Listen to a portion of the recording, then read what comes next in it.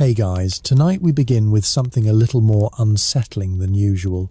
You're standing in a dim medieval hall, candle smoke drifting through the rafters, the smell of stew wool and old wood clinging to the air. And tonight you're not just any traveller, you're a medieval bride. Your wedding is happening whether you're ready or not. And honestly, you're probably not. So before you get comfortable, take a moment to like the video and subscribe, but only if you genuinely enjoy what I do here.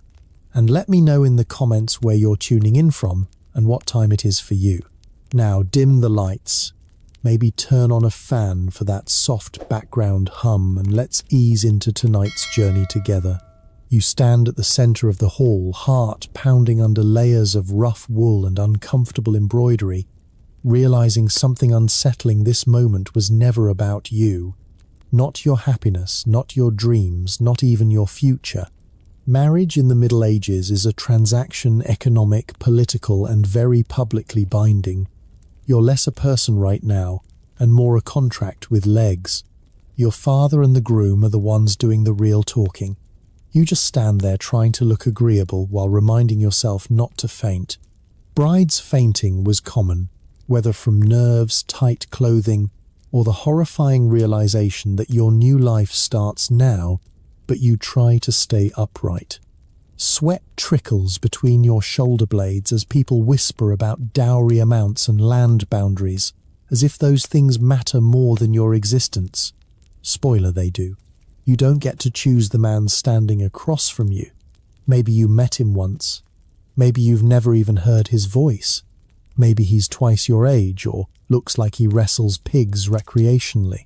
But here he is, gripping a ceremonial belt, waiting for the moment he legally gains control over your body, your work, and your future. Romantic rite. The priest shuffles forward, clearing his throat dramatically. You try to focus on his words, but your mind drifts, moving between fear, hope, and that little internal scream that won't quiet down. He asks your groom the vows first. Of course he does, because he is the decision maker here. You're more like the paperwork. But then your turn comes and everyone leans in just enough to remind you you'd better say yes. Refusing is not an option unless you want a village scandal and possibly a lecture from the priest about obedience, sin, and your eternal soul. So yes it is. Your hand is placed in his, your fingers trembling while his grip is firm enough to say, "You're mine now."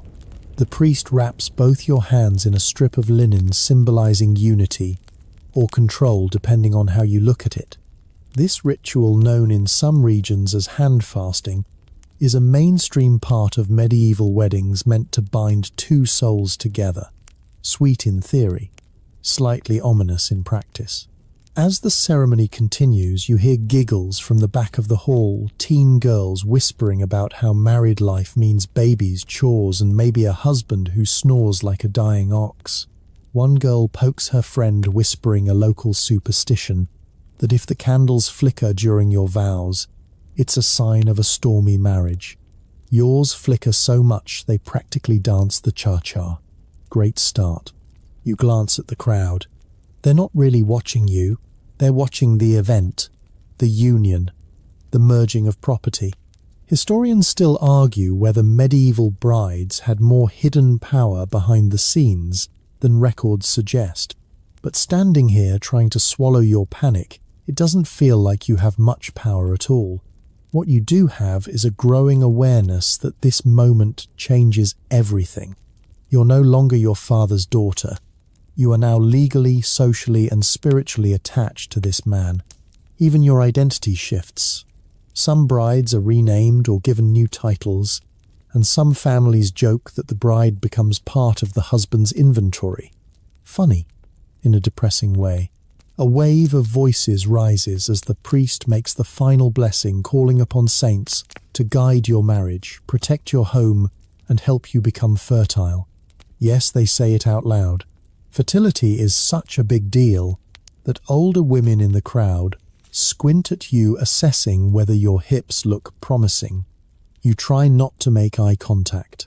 You are silently praying they don't drag you aside to give unsolicited advice on childbirth, which happens way too often.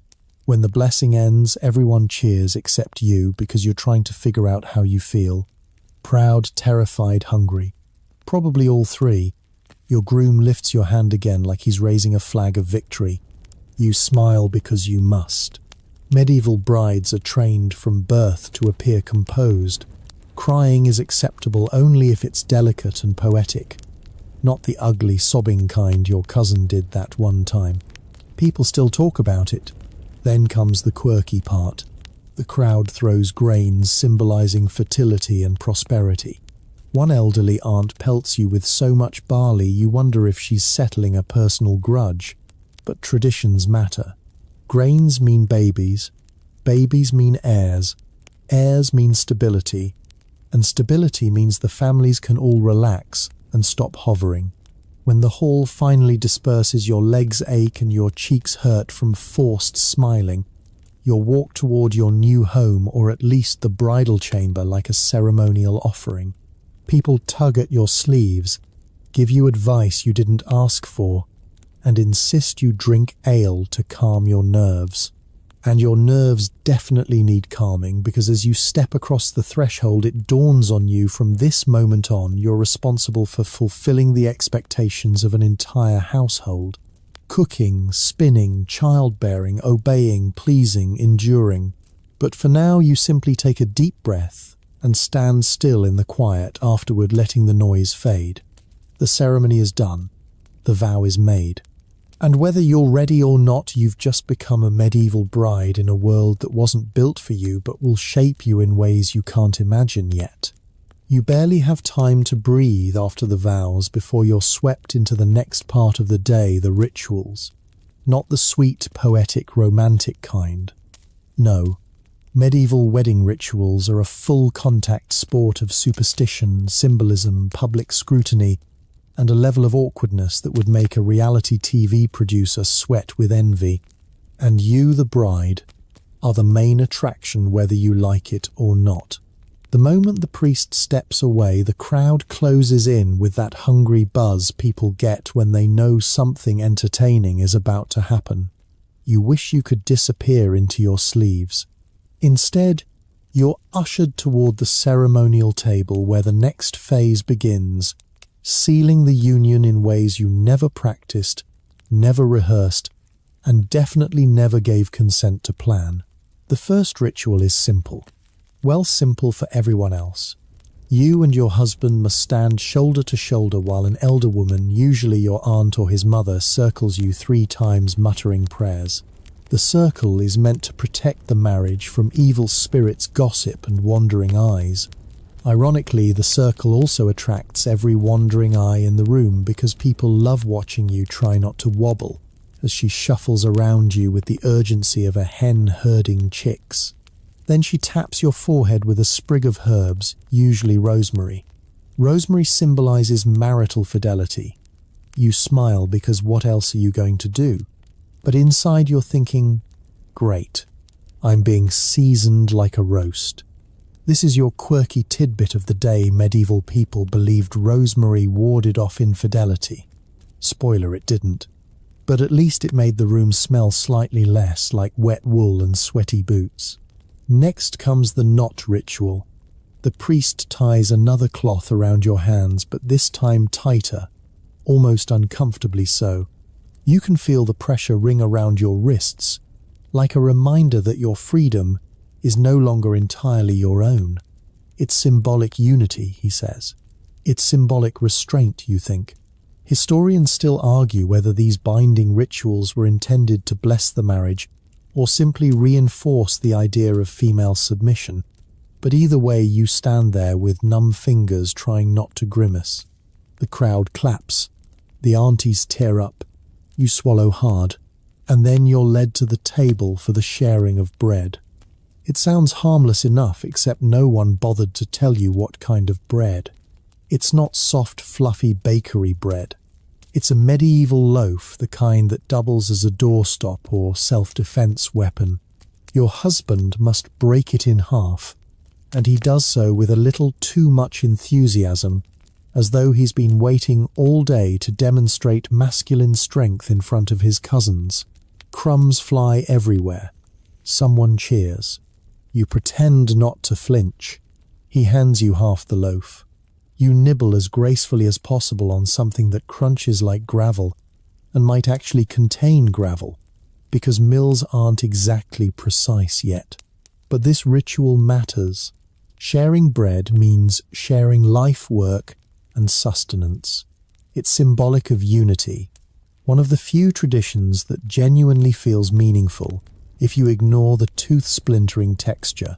But then comes the part everyone's been waiting for, the public blessing of the marital bed. Yes, in front of everyone, including people who absolutely shouldn't be involved in anything relating to a bed.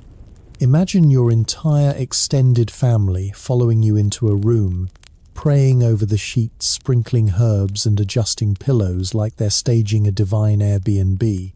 You walk into the chamber, cheeks burning, while your cousins point at the mattress stuffed with straw and whisper jokes you try not to hear. The priest steps in with his holy water. He blesses the bed. He blesses the sheets. He blesses the doorway. You stand stiffly beside your husband, wishing the earth would open beneath your feet and swallow you whole. Unfortunately, medieval floors are too solidly packed for such mercy. And then the pillow ritual begins. An older woman, often his mother, sometimes your mother, depending on who's louder, sets the pillow in the middle of the bed to signify shared authority. Later she will adjust it behind his back, while no one is looking, but for now the show must go on. After the pillow is set, the crowd erupts into laughter and applause. Someone calls out a fertility blessing so graphic you pretend you didn't hear it. Another tosses grain again, because apparently no one here believes grain can be overused as symbolism. The bed becomes a stage, and you're the lead actress with 0 lines, 0 rehearsal, and 0 desire to be here. Finally, the room clears. Mostly. A few nosy relatives pretend to leave but linger in the doorway discussing whether the sheets will be checked the next morning. Because yes, in some regions the wedding night was inspected for proof of consummation. A mainstream historical fact, uncomfortable and extremely public. The idea of privacy hasn't been invented yet. Neither has dignity, apparently.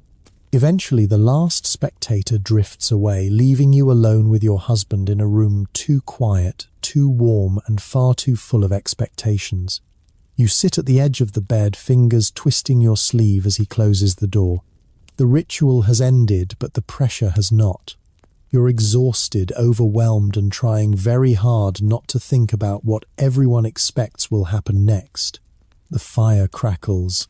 The straw bed rustles under your weight. Outside the door you can still hear faint giggles from people pretending they're not waiting for what comes after this. You take a slow breath. The truth hits you, none of these rituals were designed to comfort you.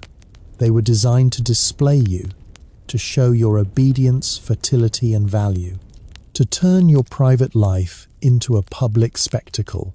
But there's a strange kind of strength in that realization. You survived the vows. You survived the bread.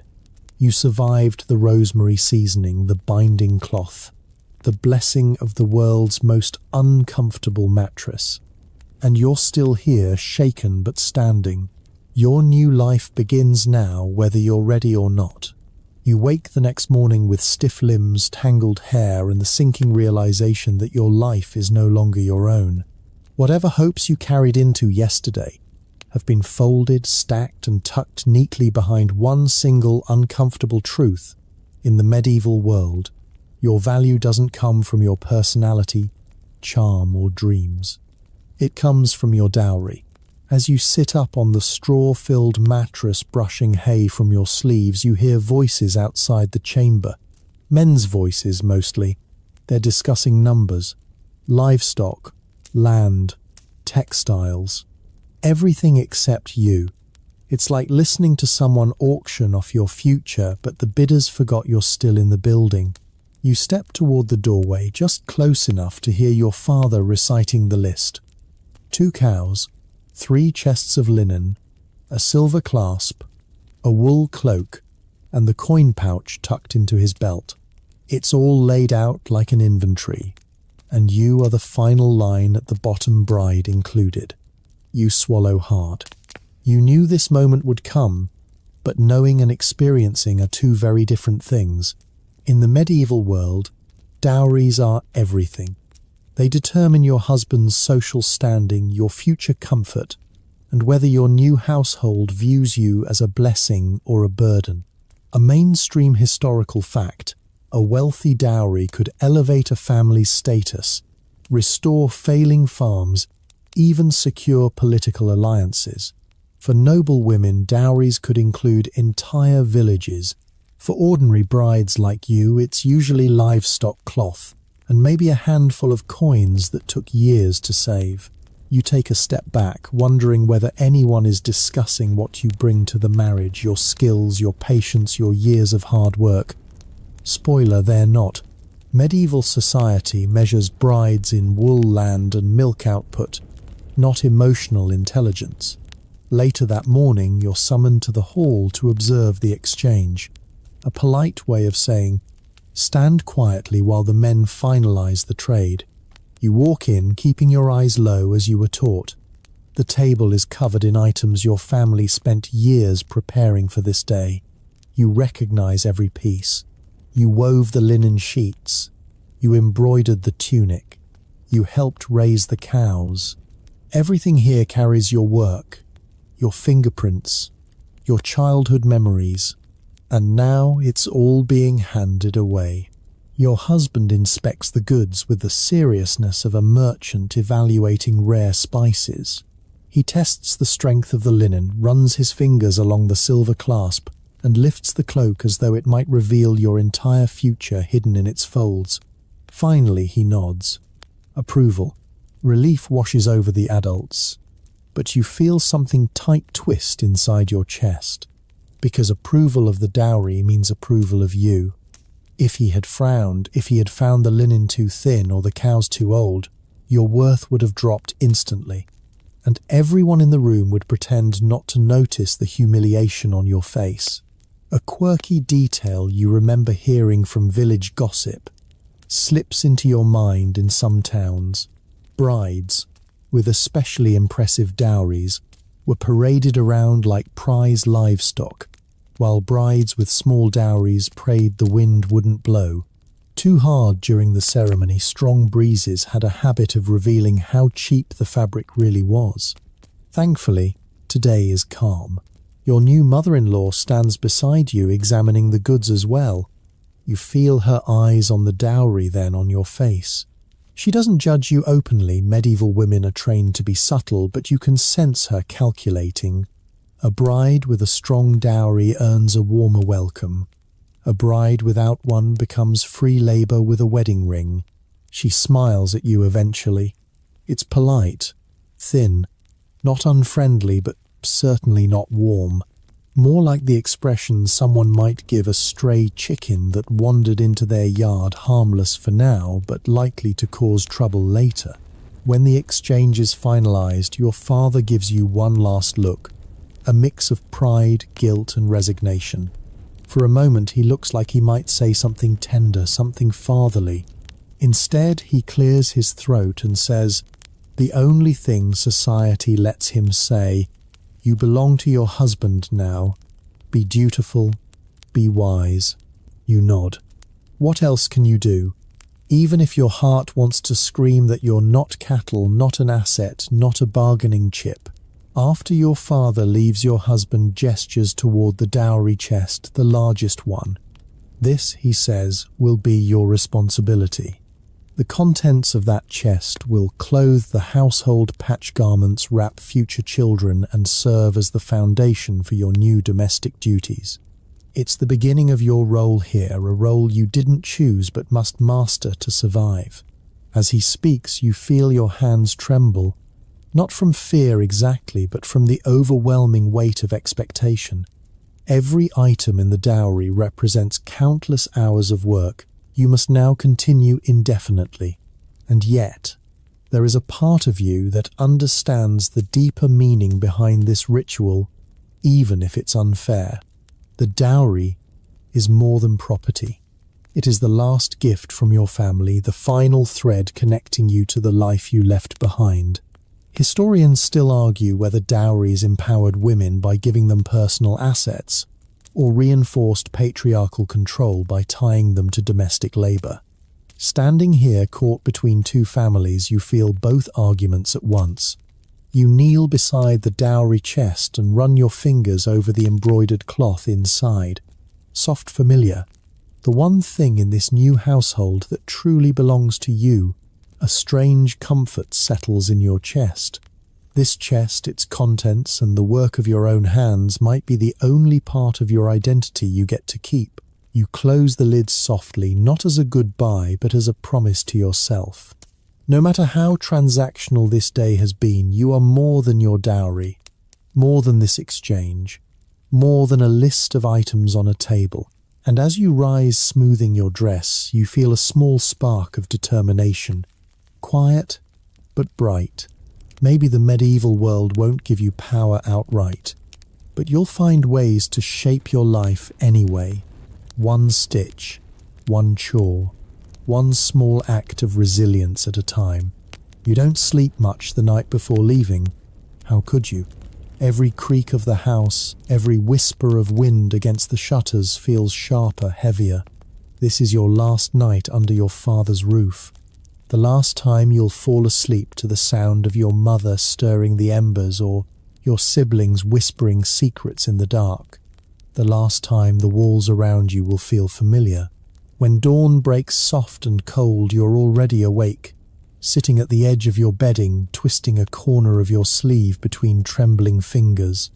Your chest is tight, with a feeling you can't quite name. It's not fear exactly, and not excitement. Something in between, a sort of grieving anticipation. Outside, people are already gathering. Medieval departures are not quiet affairs, they're processions, displays, proof to the village that the marriage has taken place and that you will now live in the groom's household. When you step outside, a chill brushes your skin, waking you fully. The air smells like dew and damp earth. A few chickens wander across the yard as if nothing significant is happening. Lucky them. Your family stands near the door. Your mother adjusts your cloak, with gentle, trembling hands smoothing the fabric, as though she can fix your future with each stroke. She murmurs a blessing under her breath, something simple, something old enough that even she doesn't remember where she learned it.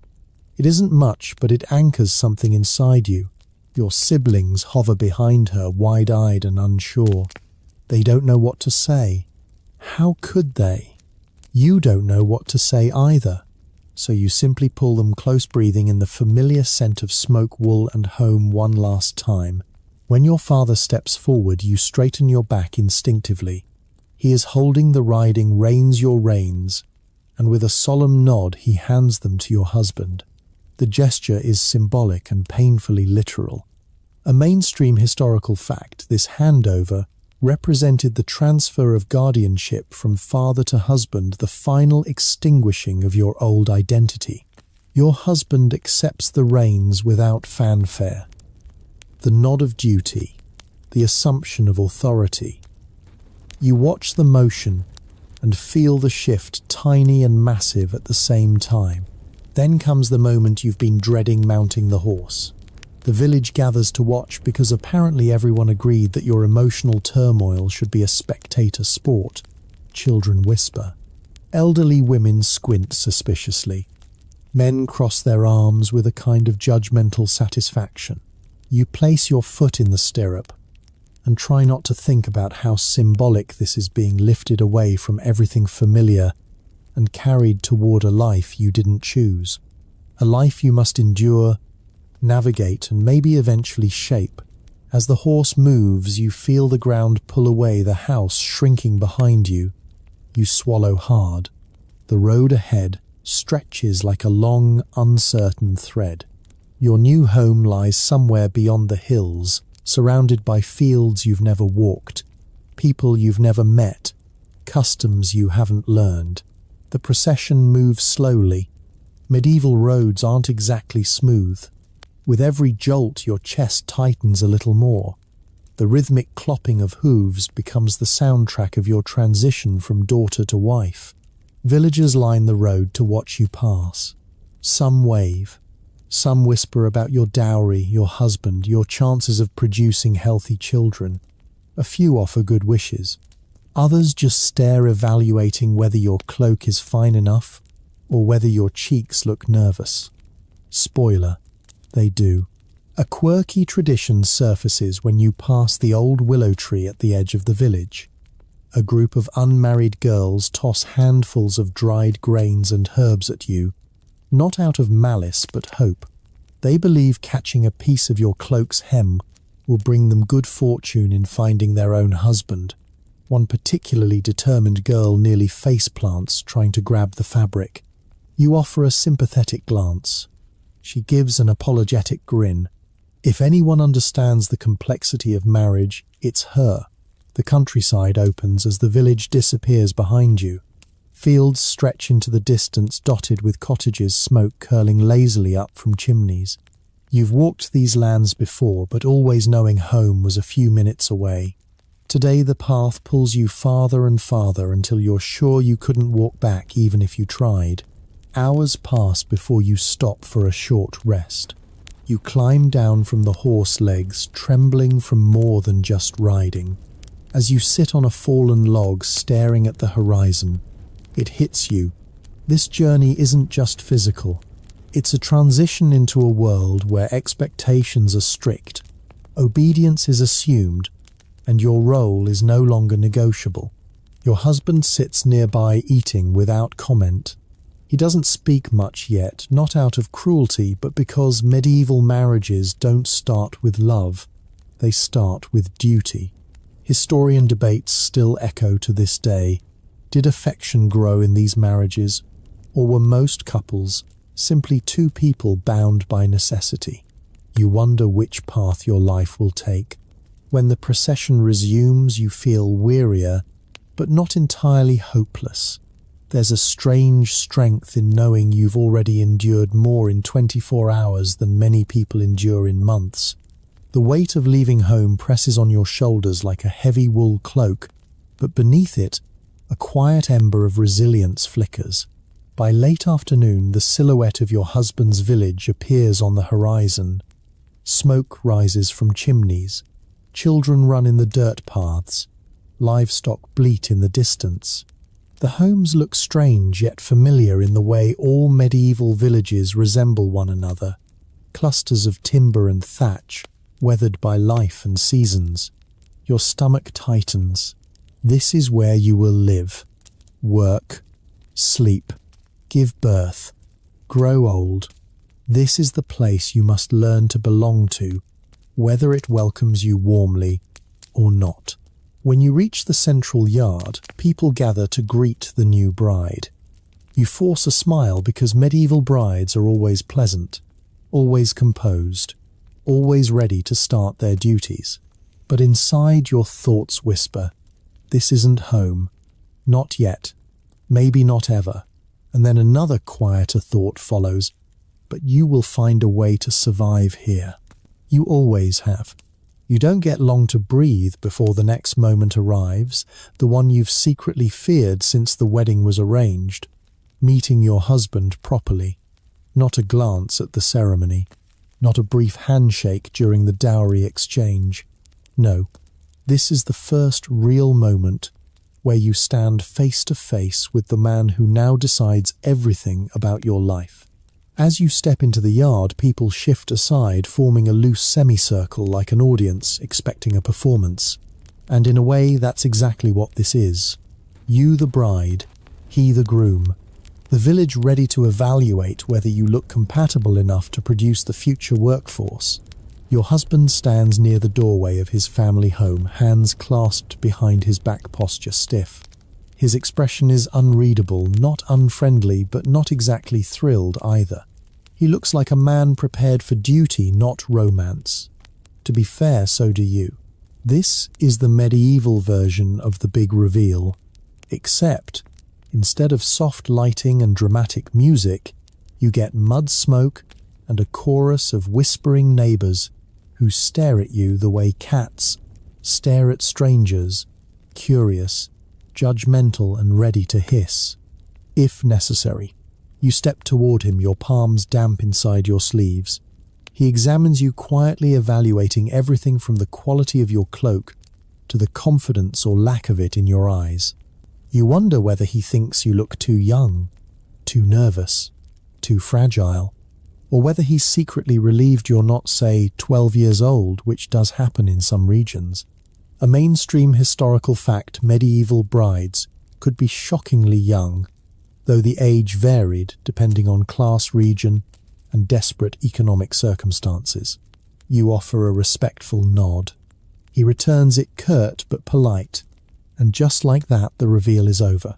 No dramatic kiss, no whispered compliment, no swoon-worthy declaration of devotion, just two strangers acknowledging that their lives are now tied together by decisions neither of them fully made. But the real reveal comes later. You're invited inside his family's home now, your home. The doorway is low enough that you have to duck your head. Inside, it's dim, warm and loud.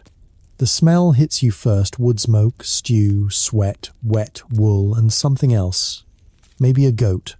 You hope it's a goat.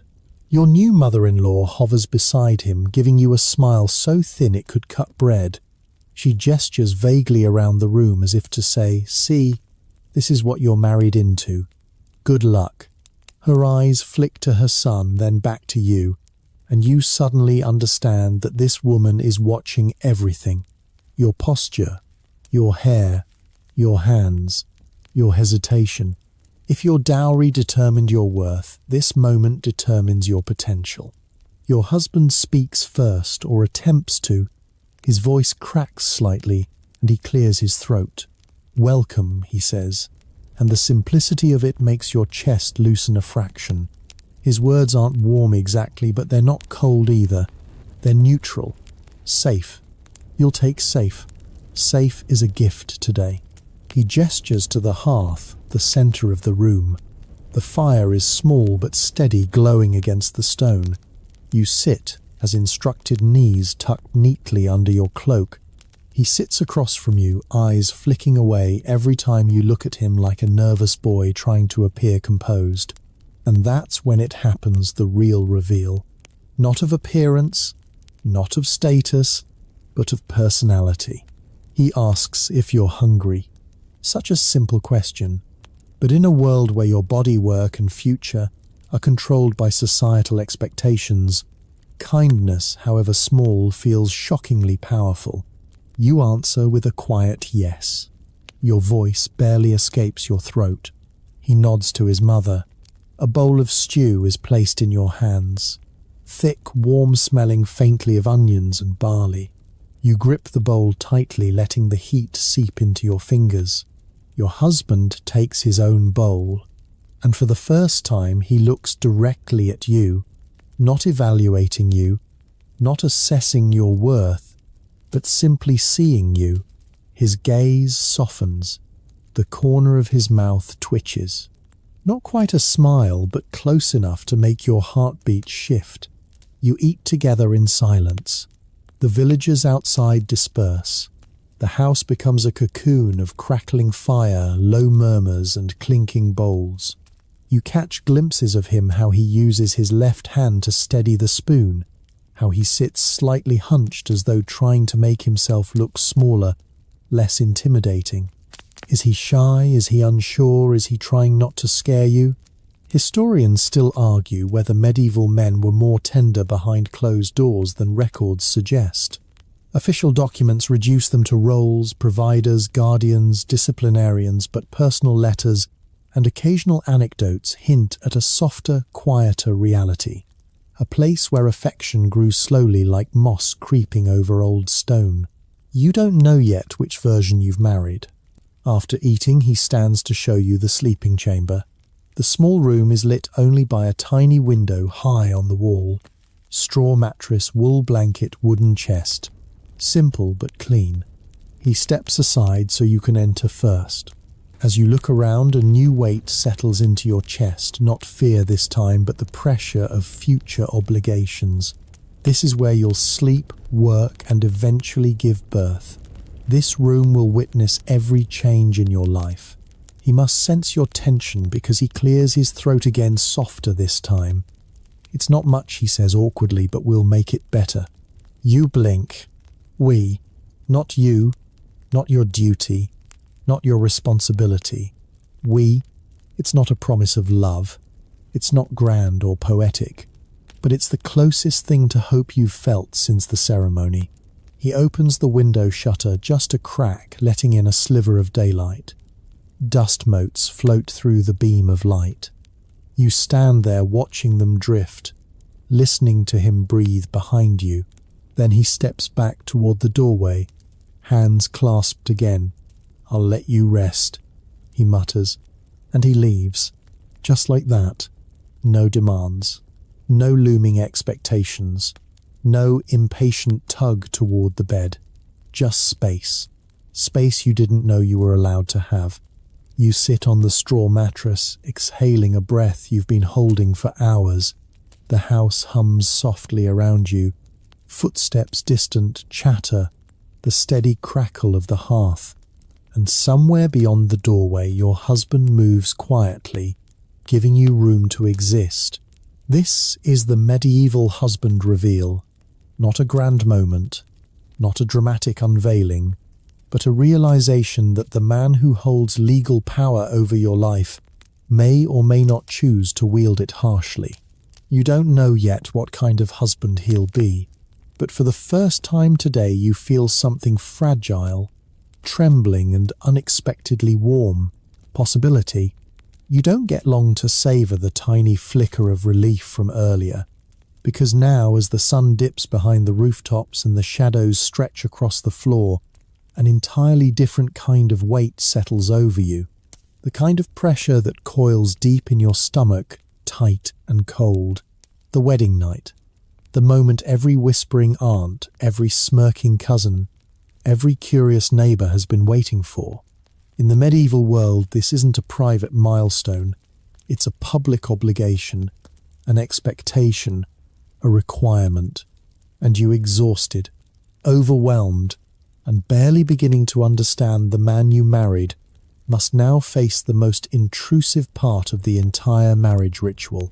As the light fades, the house grows quiet, not comfortable quiet, the tense, heavy quiet of people intentionally staying awake to listen for something.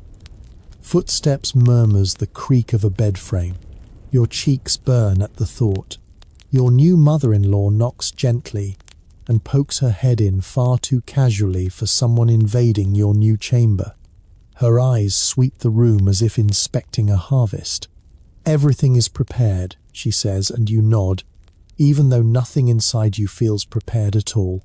She adjusts the blanket on the bed, straightens your pillow, then gives you a smile, clearly meant to be kind, but lands somewhere between pity and anticipation. "Sleep well," she says, but what she really means is, do your duty. When she leaves, you're alone. Almost. Your husband stands near the doorway, shoulders tense, hands clasped, his usual nervous position. He's trying to look calm, but you can see the stiffness in his posture, the way he avoids your eyes. He's feeling the pressure too. A mainstream historical fact consummation wasn't just personal, it was legal. A marriage wasn't fully valid until it was physically completed. People wrote records about this. Priests asked about it. In some regions, families demanded proof. Proof, as in the kind left on white linen. The thought makes your stomach twist. Your husband clears his throat softly. "Are you comfortable?" The question is so unexpected, so absurdly gentle compared to the world around you, that you almost laugh. Almost. You manage a nod. Your voice refuses to work. He steps inside fully now, closing the door behind him. The wooden latch clicks and the sound rings in your chest like a drumbeat. He sits on the edge of the bed, first leaving you the other half. It's an invitation, not a command. And somehow that small distinction matters. You sit down beside him, hands folded tightly in your lap. The silence between you stretches thick and awkward. The firelight flickers on the walls, making shadows dance like nervous ghosts. Then he speaks quietly. I know this is difficult. You blink at him, surprised again. He goes on, voice low, carefully measured. I don't want to frighten you. You realize something then. He's not a brute, not a tyrant drunk on wedding night entitlement. He's just a man, nervous, unsure, and trapped in the same expectations closing in around you. But understanding doesn't erase the pressure. It only softens its edges. He asks if he may sit closer. You nod again. He shifts, gently giving you room to pull away if needed. He's careful, almost overly so. You wonder if he too is trying to avoid giving the villagers any reason to gossip about cruelty. Outside footsteps whisper past the door. Someone coughs. You clench your jaw. The entire house seems to be listening. A quirky medieval detail flashes in your memory. In some regions, newlyweds were escorted to bed by half the village, literally carried, or stripped to their undershirts and put under the blankets while people threw nuts and shouted blessings. Thank every saint you know that your village didn't adopt that tradition. Tonight's level of humiliation is already enough. Your husband shifts beside you. We don't have to rush. Again, that strange, unexpected kindness. A gift in a world that usually offers none. Still, you can feel the unspoken truth lingering between you. If the marriage isn't consummated, soon rumours will start. Questions will rise. Accusations might follow. Fault will fall on you. Because medieval logic is wonderfully flawed like that. He reaches for your hand, slowly, hesitantly, like he's asking, not taking. The warmth of his palm surprises you. You've been cold all day, chilled by nerves and unfamiliarity, but his touch is gentle, grounding. I want you to feel safe, he says, even if it takes time. Historians still argue whether medieval couples found affection over time or simply learned to tolerate each other. Sitting here, letting his words settle around you like a soft blanket, you feel something faint but real, the possibility of trust. You take a breath, then another. He doesn't lean in, doesn't demand, just waits. And for the first time today, you choose something. You let your fingers relax into his. The tension in his shoulders eases. His exhale is so quiet you almost miss it. The moment feels strange, tender even, but the world outside your door doesn't know tenderness. Tomorrow, there may be whispers. People might look at the sheets with too much curiosity, but tonight is not for them. It's for you and for the man sitting quietly beside you, trying his best to be gentle in a world that rarely is. You lean your head slightly toward him. Not a declaration, not even a promise, just a signal that you're willing to try, together. And he responds not with urgency, but with a soft nod, a shared understanding, a breath of relief, a pause that feels like the beginning of something patient and human. Whatever happens next will happen slowly, carefully, in mutual silence. Nothing like the stories whispered by bold girls in the village. Nothing like the warnings given by older women. Just two strangers trying to navigate the most delicate moment of their new lives. The world can wait. The gossip can wait. The expectations can wait. But for now, all that matters is this. In a dark medieval room under the flickering glow of a dying fire, your wedding night begins. Not with fear, but with gentleness. Morning light creeps into the chamber long before you're ready to face it. Your eyes sting from restless sleep.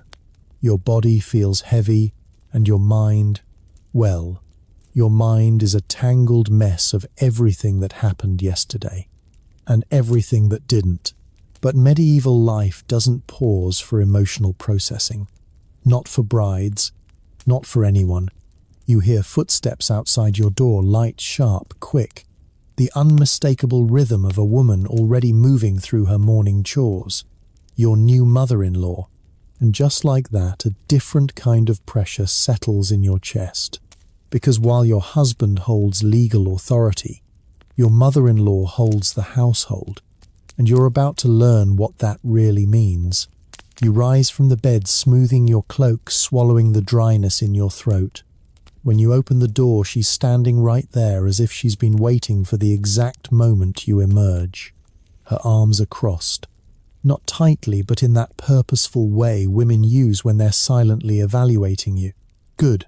You're awake, she says. No greeting, no welcome, just an assessment. She hands you a wool apron. You'll need this. That's your introduction. You follow her toward the main room, trying to walk confidently even though your legs still tremble slightly. The hearth fire is already burning, the stew pot already simmering, and she's already halfway through her morning tasks.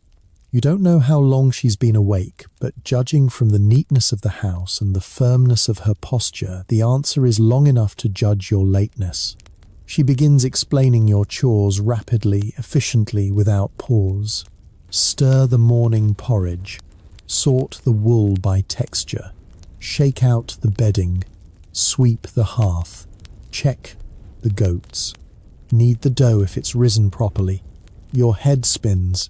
You try to remember each task. She doesn't repeat herself. You take the broom when she pushes it toward you. Its handle is smooth from years of use. Generations, maybe. The bristles shed onto the floor before you even start sweeping. It's almost funny, except nothing feels funny right now. As you sweep, she watches you with sharp, hawk-like attention. She corrects the angle of your wrist, the direction of your strokes, the pressure of your grip. You've held brooms before, obviously, but suddenly you feel like you've never done a chore in your entire life. The truth is, this isn't about sweeping, it's about evaluation. A mainstream historical truth: married women often lived with their husband's family, especially if the home was large enough or the groom wasn't yet financially independent. And in such households, the mother-in-law ruled with unquestioned authority. She determined tasks, schedules, food portions, sleeping arrangements, and disciplinary norms. Brides entered their new homes, not as wives, but as apprentices. You feel it with every correction she gives you, every glance, every silent judgment. Midway through your sweeping, she suddenly takes the broom from your hands. No, like this. She demonstrates brisk, confident strokes, efficient enough to chase dust out of the room entirely. You nod quickly. I'll learn you whisper. I hope so, she replies without looking at you. Your cheeks burn. Once sweeping is done, she puts you to work sorting wool. The smell is strong, earthy, musky, unmistakably sheep. You sit on the bench by the window while she watches you from the other side of the room, arms folded again. You've spun before, she asks. Yes, you say. Good. She hands you a spindle, as though offering a sword to an untested soldier. You fumble slightly. Her eyebrow lifts.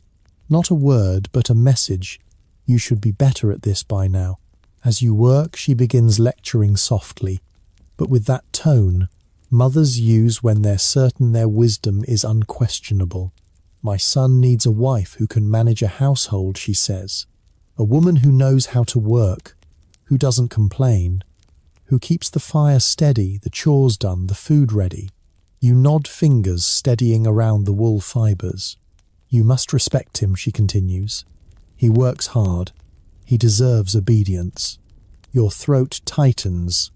You nod again, and when children come, she pauses, letting the implication hang heavily in the air. You'll have more work then, so you must be strong. You swallow. Your hands shake and the wool tangles. She notices immediately. "Don't pull," she says sharply. "You'll waste fibre." Her tone isn't cruel, but it's not gentle either. It's the voice of a woman who survived decades of this life and expects you to adapt quickly or fall behind. A quirky medieval detail flashes through your mind. Women whispered advice to new brides about their mothers-in-law more often than about their husbands. Some girls even carried tiny protection charms sewn into their sleeves, not for spirits but for patience. You used to think that was exaggerated. Now you're reconsidering. By midday, your back aches, your arms feel like wet rope, and your mind is foggy from the endless stream of tasks and corrections. Your husband pops into the house, briefly giving you a small smile. It warms you for about 2 seconds. Then your mother-in-law snaps. "Close the door before the chill gets in." He obeys. And just like that, you remember who actually runs this home. Later, she brings you outside to meet the livestock. Chickens dart around your feet. A goat bleats indignantly as she tugs its tether. She hands you the feed bucket.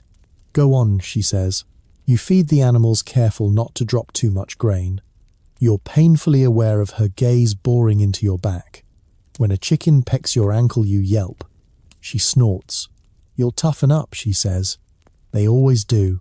They, as if brides are interchangeable. Maybe here they are. When evening approaches, she finally seems satisfied enough to release you from constant observation. You take a moment to breathe behind the house, letting the cool air settle your nerves. Alone at last. You watch the sun dipping behind the trees, the sky streaked with gold. Your body aches, but your mind begins to settle. Because here's the surprising part.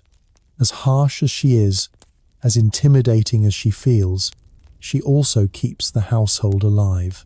She wakes before dawn.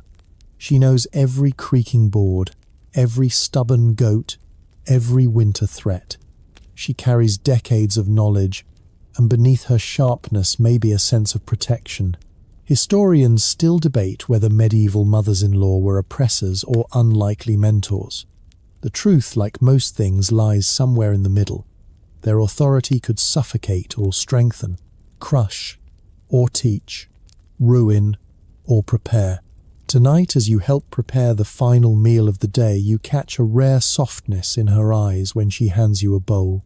"Stir this carefully," she says. Her voice is less sharp, almost instructive. Maybe she sees potential in you. Or maybe she simply sees herself years ago, frightened, exhausted, adjusting to a new family under a stern woman's gaze. Either way, you stir carefully. And when your husband sits beside you at dinner, offering a small, encouraging smile, the day doesn't feel like defeat. Just the beginning of a long, complicated dance between you and the woman who controls your world for now. Your second morning as a medieval bride begins, not with gentle sunlight or the soft hum of morning birds, but with the unmistakable clang of a wooden ladle hitting the side of an iron pot. The sound echoes through the house like a battle horn, jolting you awake. Your body aches everywhere, arms, legs, back, even muscles you didn't know existed. You barely sit up before your mother-in-law's voice cuts through the doorway. "Up. Work won't wait." You swing your legs over the side of the straw mattress, suppressing a groan. There's no time for stretching, no time for dawdling, and absolutely no such thing as a slow morning. Medieval domestic life is a storm that starts before dawn and doesn't calm until long after sunset. You tie your cloak tightly and step into the main room. The hearth fire has already been coaxed to life, its warmth licking the cool morning air. Your mother-in-law hands you a bucket without looking up from her kneading. Water. Fresh. 2 words. A command. A test. You carry the bucket outside, breath turning to mist in the crisp air. The path to the well feels longer than yesterday, your feet dragging slightly on the dirt. You join a small line of other women fetching water, all equally bleary-eyed. They exchange a few sympathetic glances with you, the universal look that says, "We all survive this. You will too." A mainstream historical fact, medieval women spent the majority of their waking hours on domestic labour, much of it physically brutal. Fetching water alone could take several trips a day, each bucket weighing more than a sleeping toddler. Laundry a whole-day affair involving boiling cauldrons, ash soap and sore knuckles. Housekeeping was an unending cycle, a treadmill of survival. When you finally return with the water, your mother-in-law barely glances up. Set it by the hearth, then sweep. You grab the broom again, the same one with the shedding bristles, and begin sweeping the dirt floor in long practiced strokes. She watches, of course. She always watches, judging, evaluating, measuring your worth by how well dust leaves the doorway. When sweeping is done, she assigns you the next task, grinding grain. She slams a heavy quern stone onto the table, the thud rattling your teeth. The small grinding stone fits roughly into your palm. You position it over the big stone and begin the circular motion she demonstrated yesterday.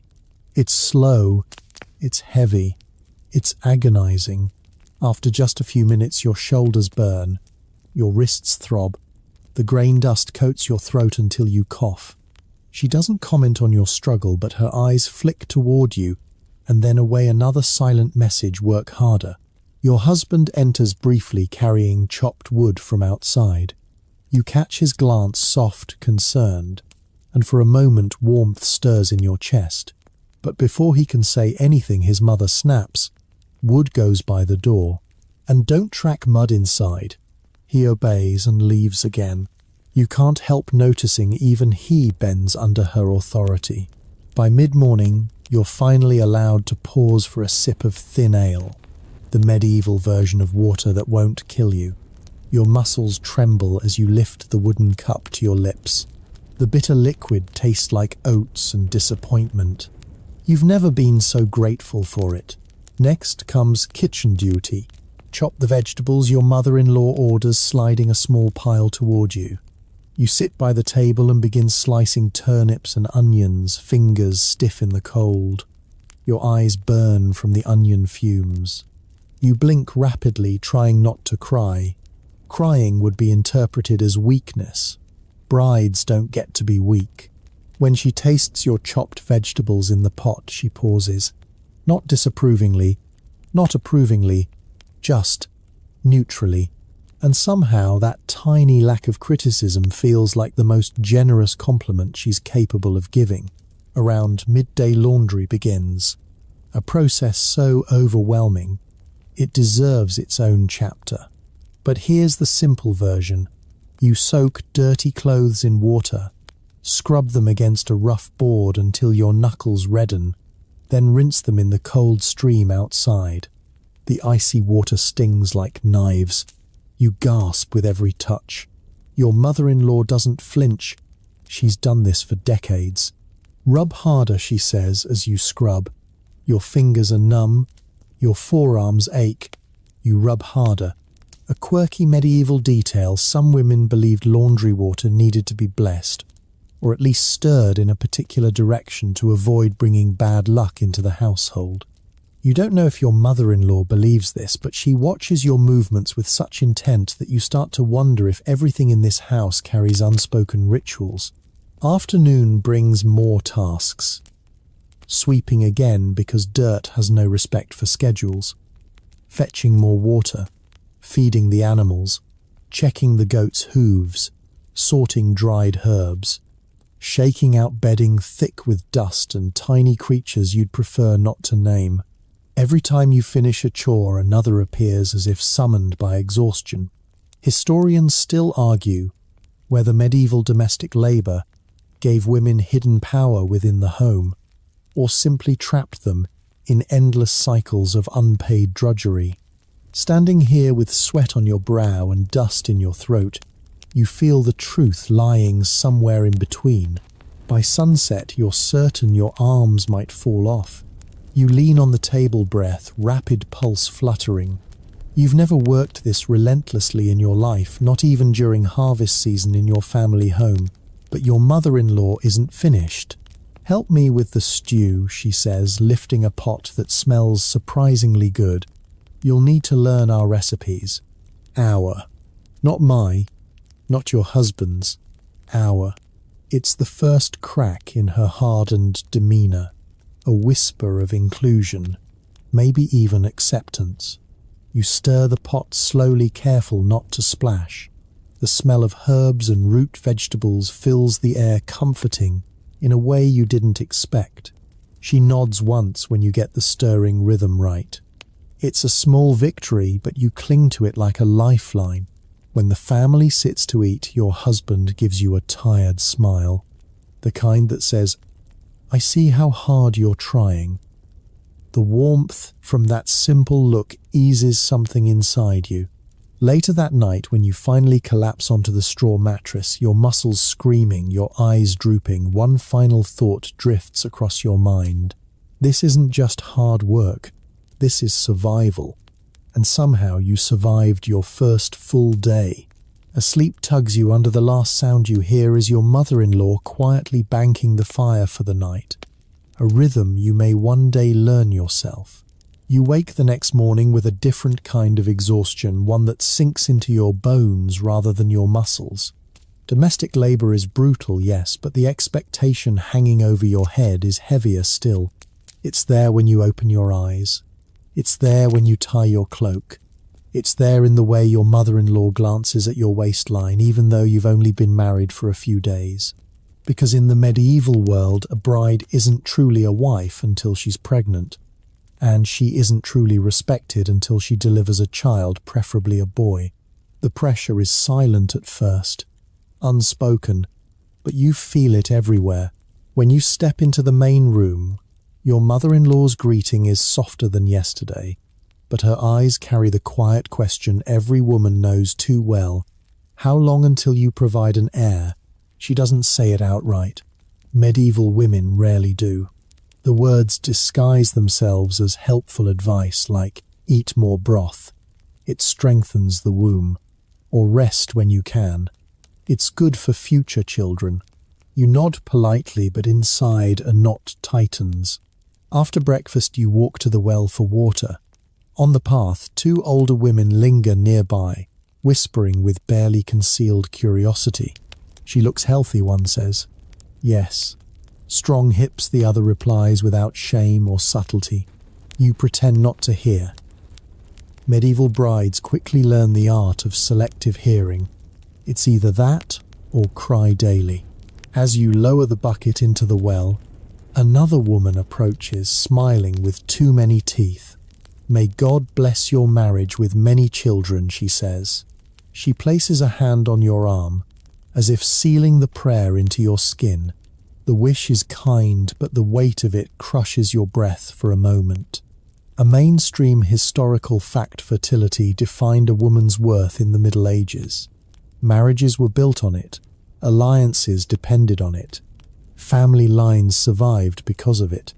Bearing children, especially boys, was the central expectation of every married woman. And yet childbirth was one of the most dangerous things a medieval woman could face. You carry the water home, the bucket heavy against your hip. Every step reminds you of the contradiction. They expect you to be fertile, but they also expect you to survive something many women do not. Inside the house, you join your mother-in-law in spinning wool. The spindle twirls in your hand, but your mind drifts. She notices your silence. "Feeling unwell?" she asks. "No," you say quickly. She nods, but her eyes narrow just slightly. That look again, the one that weighs hope against suspicion. Later, while chopping vegetables for the midday meal, she drops the first explicit hint. "Your husband will want children soon." You freeze for half a heartbeat. Then you keep cutting, careful not to let the knife tremble. She continues, "It's your duty. A household isn't complete until there's a baby crying at night and little feet running around the yard." You try to imagine it. A baby in your arms. A tiny body wrapped in wool you spun yourself. Your husband kneeling beside you, showing the child how to hold a wooden spoon or feed the goats. It's a peaceful image, but it's layered over a jagged truth. Pregnancy is not simply a blessing, it's a gamble. A quirky medieval belief crosses your mind how some women tied charms to their girdles or tucked sprigs of certain herbs into their bodices to encourage conception. Others drank strange concoctions of honey and vinegar or whispered prayers to obscure saints known only to midwives. Hidden rituals for hopes too fragile to speak aloud. As the afternoon wears on, you find yourself watching the women around you in a new light. The way Louise, who lives 2 houses down, cradles her toddler while stirring a pot. The deep lines etched into Marta's face after losing 2 infants last winter. The widow at the market whose eyes look both empty and fierce. Historians still argue whether medieval communities supported pregnant women more generously than records imply, or whether the pressure was suffocating. You suspect the truth lies somewhere in between, quiet support wrapped in overwhelming expectation. By evening you sit by the hearth, sewing patches into an old cloak your husband wears for fieldwork. As your needle slips through the fabric, he sits beside you close enough that your shoulders nearly touch. He notices the tension in your hands. "Long day," he asks gently. You nod. The fire pops. Shadows flicker across the walls. After a moment he speaks again. "My mother is eager, but you shouldn't feel rushed." The words hit you like warm water in cold hands. You look at him trying to read his expression. He isn't just saying it to comfort you. He means it. The relief that swells in your chest is almost dizzying. Still, you whisper the truth you've been afraid to say aloud. Everyone expects it. He nods slowly. "I know." He pauses. "But I'd like us to learn each other first." Your chest tightens, but this time in a good way, like someone loosened a binding you didn't know you were wearing. You finish sewing the patch. He helps you fold the cloak, his hand brushing yours. The touch lingers for a second, longer than necessary. A small spark, a quiet reassurance. But even with his gentleness, the night brings a different kind of ache, because no matter how patient he is, the village is not. Before bed, your mother-in-law hands you a mug of warm herbal drink. You accept it with both hands. She smiles knowingly. "Good for the womb," she says. You sip the drink. It tastes like rosemary, mint and pressure. You lie awake long after the house has quieted. The ceiling beams loom above you in the dark, creaking softly under the weight of the roof. You imagine what it would feel like to feel a life growing inside you. The flutter, the tiny kicks, the fear, the hope. You imagine your mother's face if she heard you were expecting. And then you imagine the risks whispered by midwives: bleeding, fevers, dangerous births, long nights that end in gut-wrenching silence. Your chest rises and falls with uneven breaths. You want to be strong. You want to do what's expected. You want to survive. Tonight, all 3 feel impossibly different. But one thing is certain. In this world, pregnancy isn't just a hope or fear. It is destiny. A destiny waiting for you just beyond the horizon of your courage. And soon, ready or not, the entire village will be watching. Days slip into weeks, and everywhere you turn, the world whispers one word at you, even when no one says it out loud. Childbirth. You see it in the way women look at your hands, lingering on your stomach for a second too long. You hear it in the way your mother-in-law mentions babies every other day, as if they are as inevitable as winter. You feel it in the heavy silence that falls when someone mentions a woman who went into labour and never came back. You do not remember a time when birth was not part of the conversation. Even as a child you heard the stories, some told with a proud, almost heroic tone about women who laboured all night and rose the next day to bake bread. Others whispered in corners about those who bled, who burned with fever, who drifted away while the midwife crossed herself and said, "It was in God's hands now." Now you are no longer a listener. You are a future participant. One evening, as you spin wool by the hearth, your mother-in-law begins to talk about her own births. She does not ask if you want to hear. Medieval elders rarely ask that kind of permission. "My first nearly killed me," she says, voice flat eyes on the fire. "I laboured 2 days. The midwife thought we would both go." You blink. You were not ready for that level of honesty. "But we did not," she adds. Then she looks at you. "That is the point. Is it though, you wonder? Because all you can hear is 2 days. 2 days of pain. 2 days of fear." A mainstream historical fact, childbirth was one of the leading causes of death for medieval women. No antibiotics, no safe surgery, no reliable pain relief.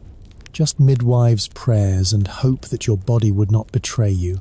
The village midwife, a wiry woman named Elena, with permanent soot on her sleeves, and eyes like sharp flint, starts visiting more often. At first she pretends it is to share herbs with your mother-in-law or talk about goats, but she always ends up sitting near you, studying you like a project she has been assigned. "You are strong," she says, once squeezing your forearm. "Good bones, good hips." You are not sure whether to feel flattered or terrified. She teaches you things in small doses. How to sit so your back does not ache as much, which herbs help with monthly pains, how to breathe through cramps. She never says when you will need this knowledge, only that you will. Sometimes she tells stories, not the horror ones, those you have already heard. She tells the ones where women scream and then laugh, where babies come out pink and loud, where neighbours bring broth and bread and sit on the end of the bed while the new mother drinks and shakes and smiles all at once. Historians still argue how much comfort midwives truly provided in a world ruled by the church and male physicians. But to you, Alina feels like one of the few people who actually understands that childbirth is not just a theological concept or a social expectation. It is a brutal physical reality waiting for you in the future like a storm on the horizon. At night, when the house quiets, you find your thoughts drifting toward the rituals you have seen around birth. Women hanging small charms above their beds. The worn wooden statues of saints in the local church, their faces shiny where desperate hands have rubbed them smooth. The priest reading prayers over women who groan through contractions while gripping the bed frame like a lifeline. A quirky medieval detail pops into your mind. Some women in labour had blessed girdles tied around their bellies, strips of cloth covered in prayers believed to protect both mother and child. If only cloth could stop hemorrhage. If only words could block infection. One afternoon, as you help your mother-in-law wash linens by the stream, you see 2 women walking slowly toward the edge of the village, supporting a third between them. Her face is pale, her arms limp, her dress hangs oddly loose. Your mother-in-law stiffens. "Do not stare," she mutters. You look away, but your mind does not. You know what you have just seen, even if no one names it. Later you hear the confirmation in whispers. Another woman gone in childbirth.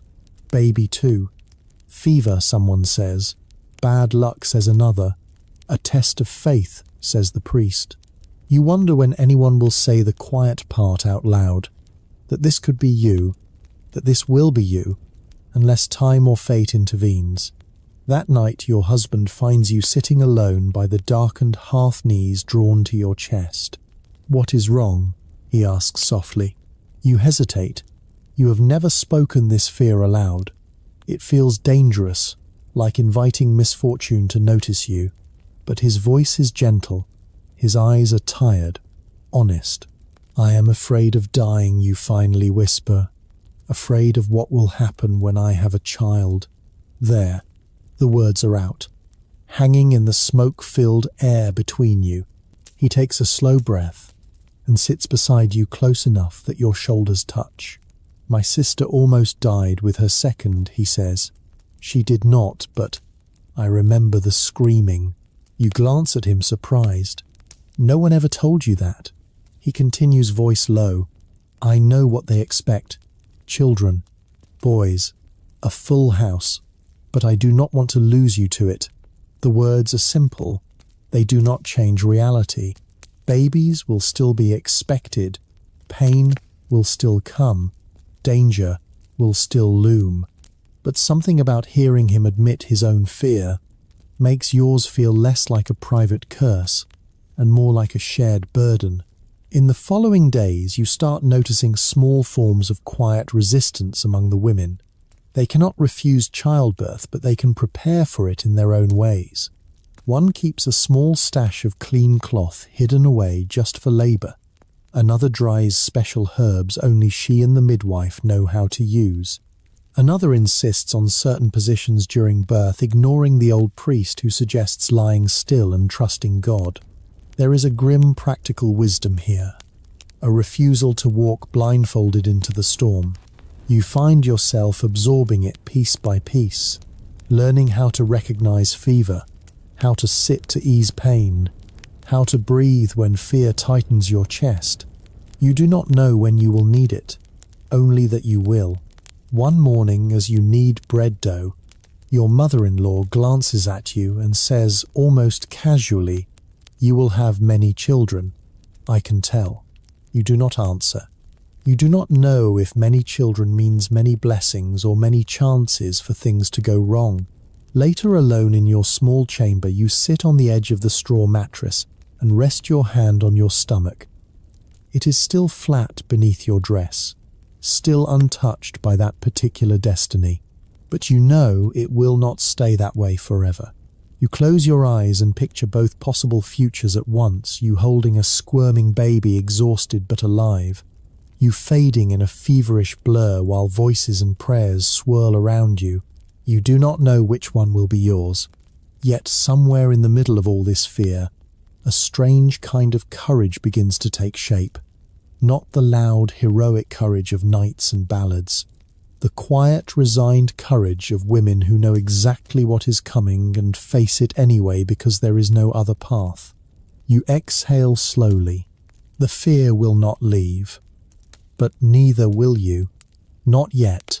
For now you will live your days. Work your chores. Learn from the midwife. Listen to the hushed warnings and the rare, hopeful stories. And when the time comes, you will walk into that shadowed room where so many women have gone before you, terrified, but not alone. By the time you fully settle into your new life, you've realized something unsettling. Your marriage is not just between you and your husband, it's also between you, your husband, and the church. The church is everywhere, in every whispered rule, in every ritual, in every expectation placed on your body. It dictates when you can lie with your husband, when you must abstain, when you can conceive, and even how you should think about desire, not that you're supposed to think about desire at all. That door is firmly closed to medieval brides.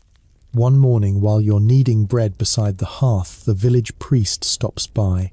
He claims he's here to check on the spiritual well-being of the household. But you quickly learn what that phrase actually means. He's here to remind you what the church expects from a wife. He sits at the table, hands folded, expressions solemn. Your husband listens politely. You stand behind them, head bowed, even though the priest isn't looking at you directly. But his words are for you, every single one. A good Christian wife must obey her husband, he begins. You've heard that line so many times you could weave it into a tapestry. Her body is not her own, but united with her husband in service to God. Your stomach tightens, palms damp. You keep kneading. He continues, but the marital bed is not to be abused. You must abstain on holy days, on fasting days, on feast days, during Lent Advent, and the 12 days of Christmas. And of course, during your monthly bleeding, your hands pause over the dough.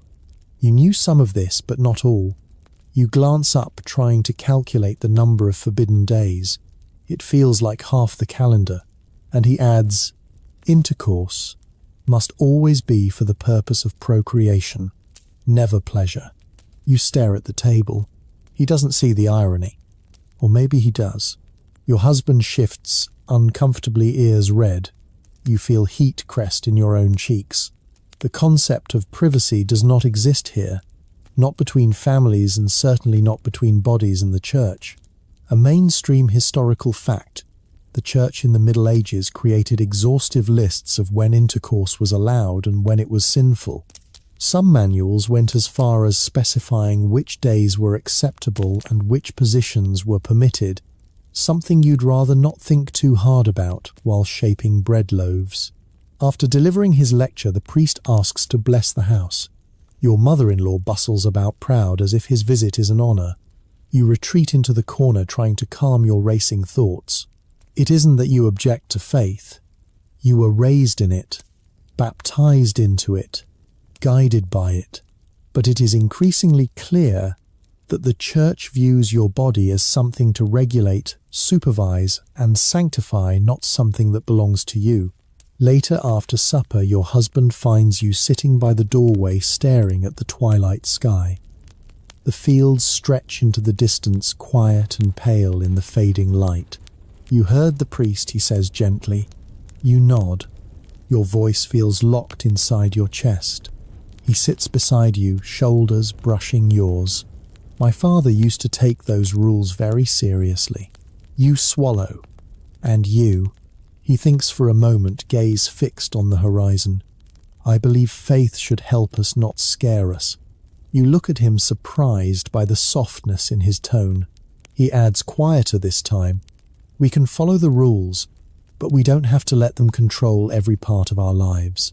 A tiny breath escapes you.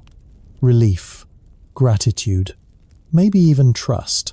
Still, the rules linger. Over the coming weeks, your mother-in-law offers her own church-approved guidance on how to behave. She pulls you aside while sorting dried herbs and says, remember, a wife must not tempt her husband. Modesty keeps harmony.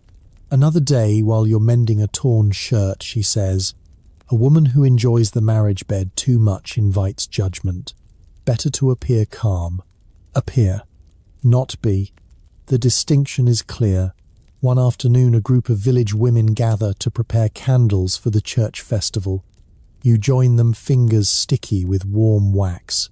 They talk about childbirth, husbands, chores, and inevitably church rules.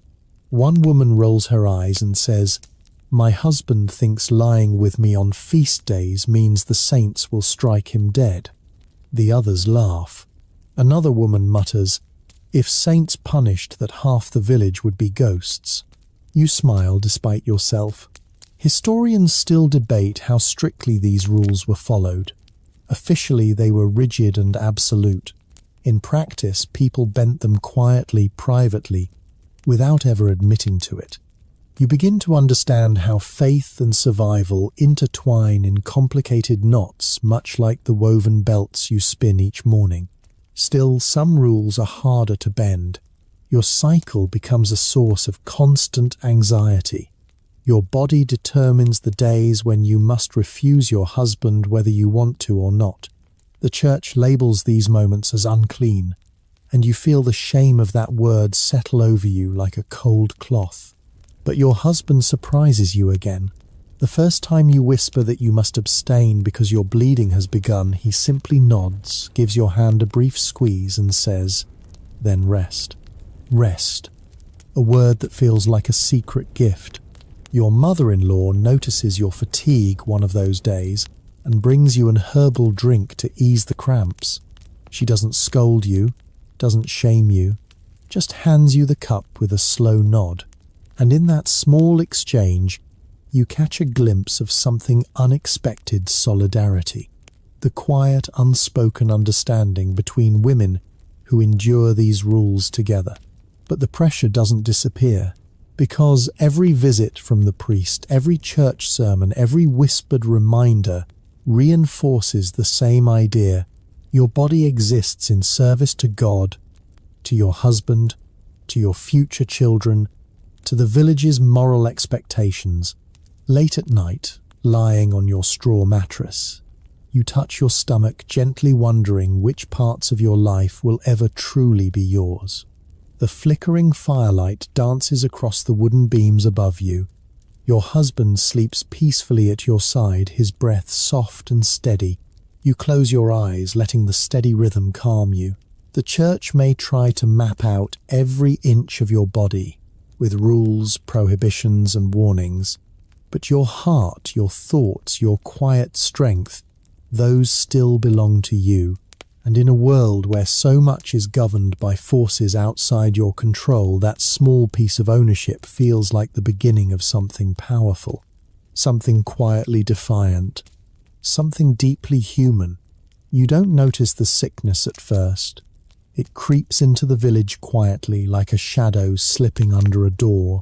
A cough here, a fever there. A neighbour who says she feels a bit off but still tends the goats because work never waits, not even for death. Illness in the medieval world isn't rare. It's constant, a background hum of danger woven into daily life. But every so often something worse arrives, something sharper, something hungry, and this time you feel it before you fully understand it. It begins with the miller's wife, a woman known for her loud laugh and quick tongue. One morning she stays in bed. By noon someone says she's burning with fever. By evening the priest is called to bless the house. The next morning the news spreads like wildfire. She's gone. Your stomach sinks. You make the sign of the cross, whispering a prayer, though you're not sure whether it's for her or yourself, because sickness never travels alone. That day, when you fetch water at the well, you notice women whispering with frantic eyes. Everyone understands the unspoken truth: when one falls, many follow. Your mother-in-law becomes tenser than usual. She checks you every time you sneeze or touch your forehead. Wash your hands with rosemary water, she orders, and don't touch your face. You do as she says, though the water stings your skin. Every gesture becomes laden with fear. A mainstream historical fact: medieval villagers believed sickness came from bad air, divine punishment, or an imbalance of humours. You don't have the luxury of modern science. You have prayers, herbs, and grit.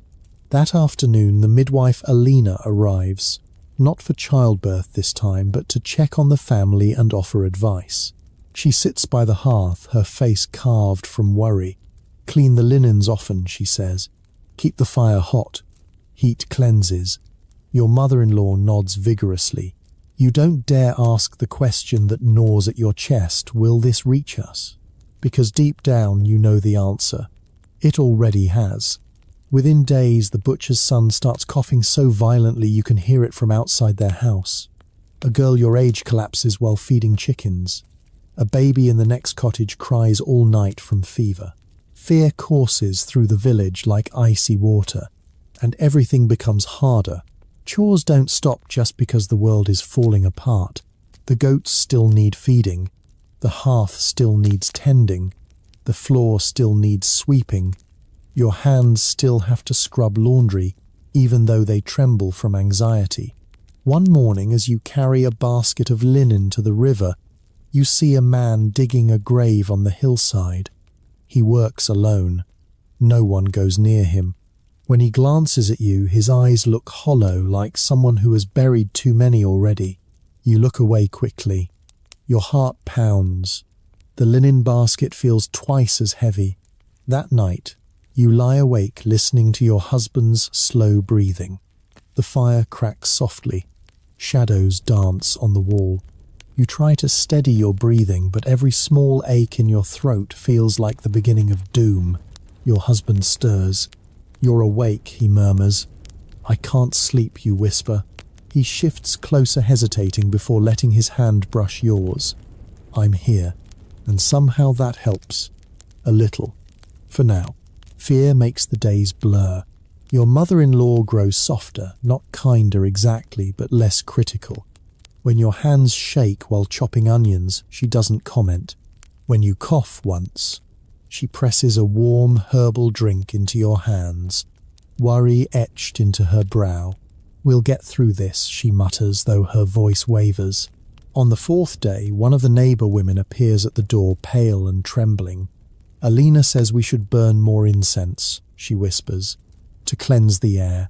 Your mother-in-law nods, and soon the house fills with thick, fragrant smoke, juniper, rosemary, frankincense if someone can spare it.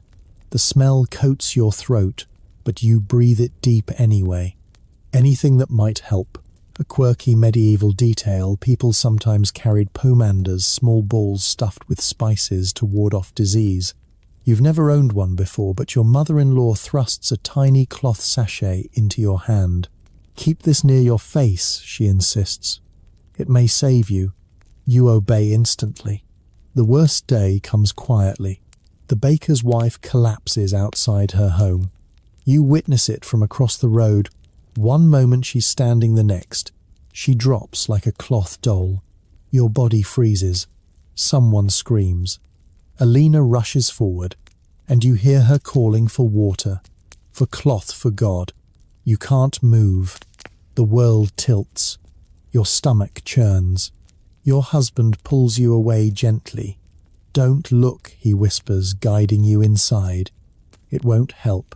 You lean into him, shaking. Will she live? He doesn't answer. The silence is worse than the truth.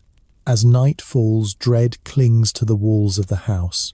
Your mother-in-law moves restlessly, checking the hearth, rearranging jars of herbs, muttering prayers under her breath. You help her, hands jittering. At one point she grips your wrist. Stay strong, she says. It sounds more like a plea than a command. Later your husband joins you near the fire. The glow softens the hard edges of his face. He looks tired, more than tired. I lost an aunt to sickness when I was young, he says quietly. My mother nearly did too. It stays with you. You nod. You understand all too well. He reaches for your hand, slow and hesitant. This time you take his without fear. Whatever happens, he murmurs, we face it together. The words settle inside you like warm embers. A tiny spark of comfort in a world gone cold. Still, illness changes everything. The rhythm of the village shifts. People avoid gatherings. Doors stay shut. Smoke rises constantly as herbs burn day and night. Children are kept close. The priest moves from house to house, offering blessings and too often last rites. But in the centre of all this fear, another strange transformation unfolds. Women help each other.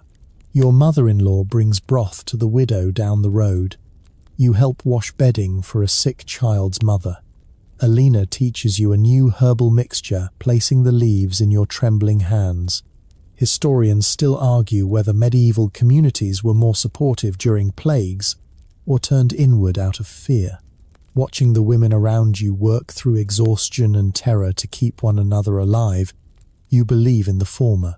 One night, lying beside your husband, listening to the distant coughing outside, you realize something. You are not helpless. You are frightened, yes, but you are also learning, growing, becoming part of this household in ways you never expected. When dawn finally breaks, after the worst of the sickness passes, the village steps outside cautiously. The air is crisp. Birds sing. Life returns slowly, hesitantly. You survived. Your husband survived. Your mother-in-law survived. Not everyone did, but you are still here. And in this world that is no small victory. You don't notice the change at first. It happens slowly, like a shift in the wind. A subtle tension creeping into the room long before the storm breaks. Your husband has always been quiet, thoughtful, careful with his words. But after the sickness passes and daily life grinds back into its normal rhythm of chores, cold mornings and endless work, something in him begins to tighten. Not at you, not at first, at the world. The fields are late to thaw.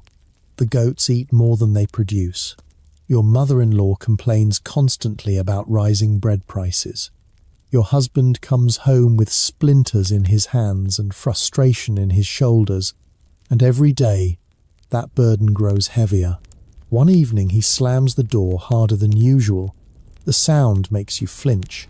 You're bent over the table mending a cloak needle paused mid-air. He mutters something under his breath, words sharp and bitter.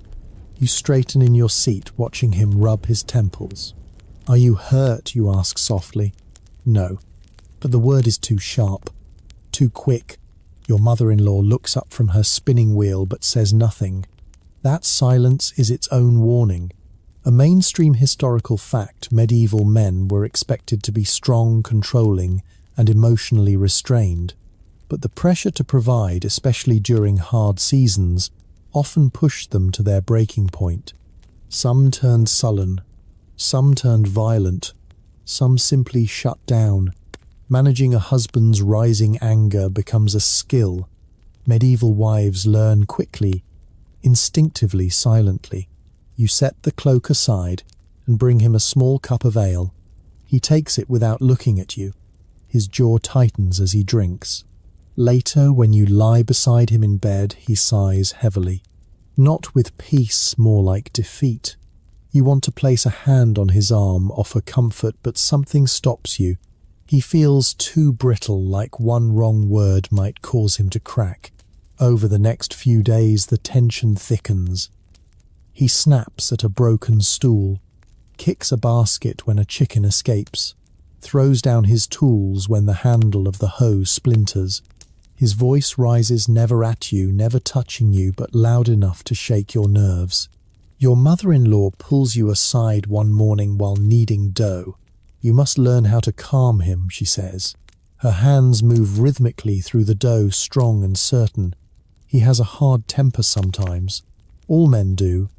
It's a wife's duty to keep the peace. You nod, but your heart clenches. Her advice continues. Meals ready on time. Clothes mended. Speak softly. Don't bring him bad news when he's tired. You've heard these rules before, every medieval girl has, but hearing them now applied to your own home makes your breath catch. And yet, she isn't wrong. Not in this world, not in this time. One afternoon, your husband returns from the fields limping.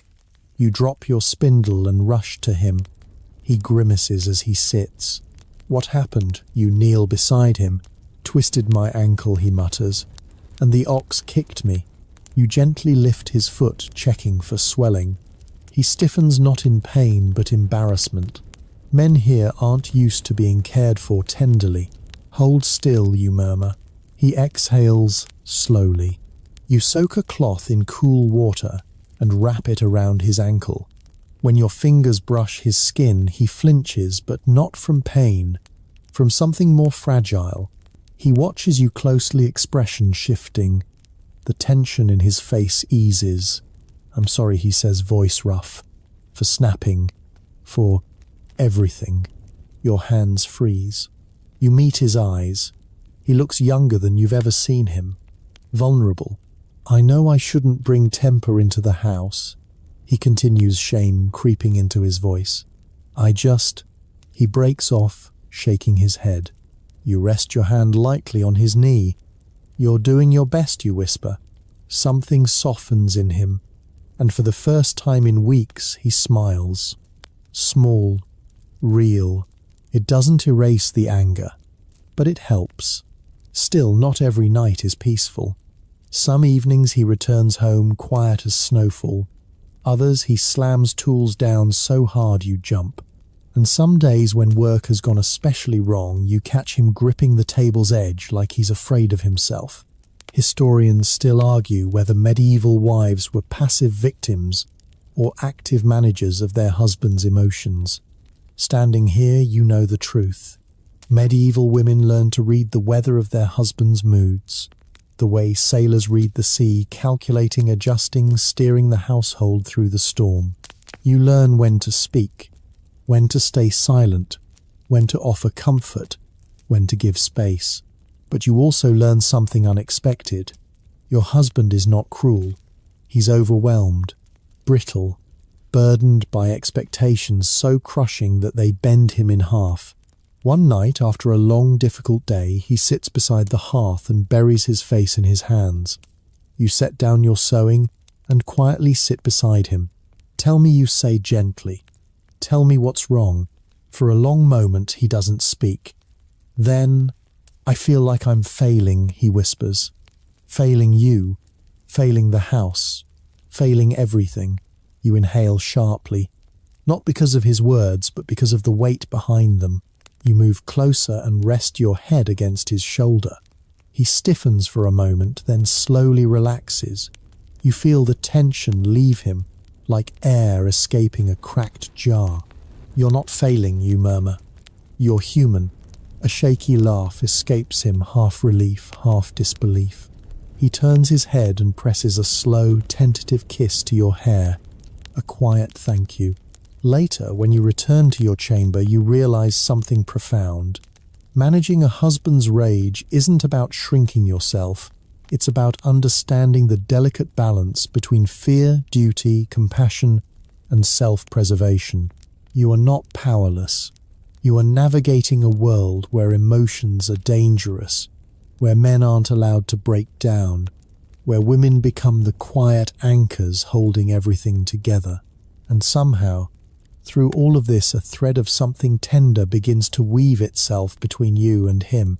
Not love, not yet, but recognition, partnership, a fragile peace built not from obedience alone, but from understanding.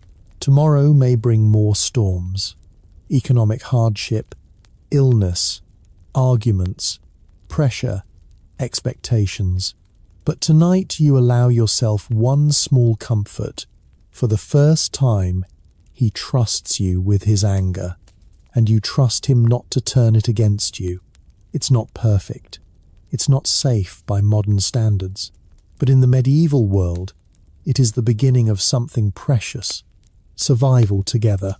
You'd think the hardest parts of medieval married life would be childbirth chores or surviving winter without freezing your toes off. But no, there is an enemy far quieter, far sharper, and far more relentless than all three combined. Other people. Gossip in a medieval village isn't simply entertainment. It is currency. It is pressure. It is power.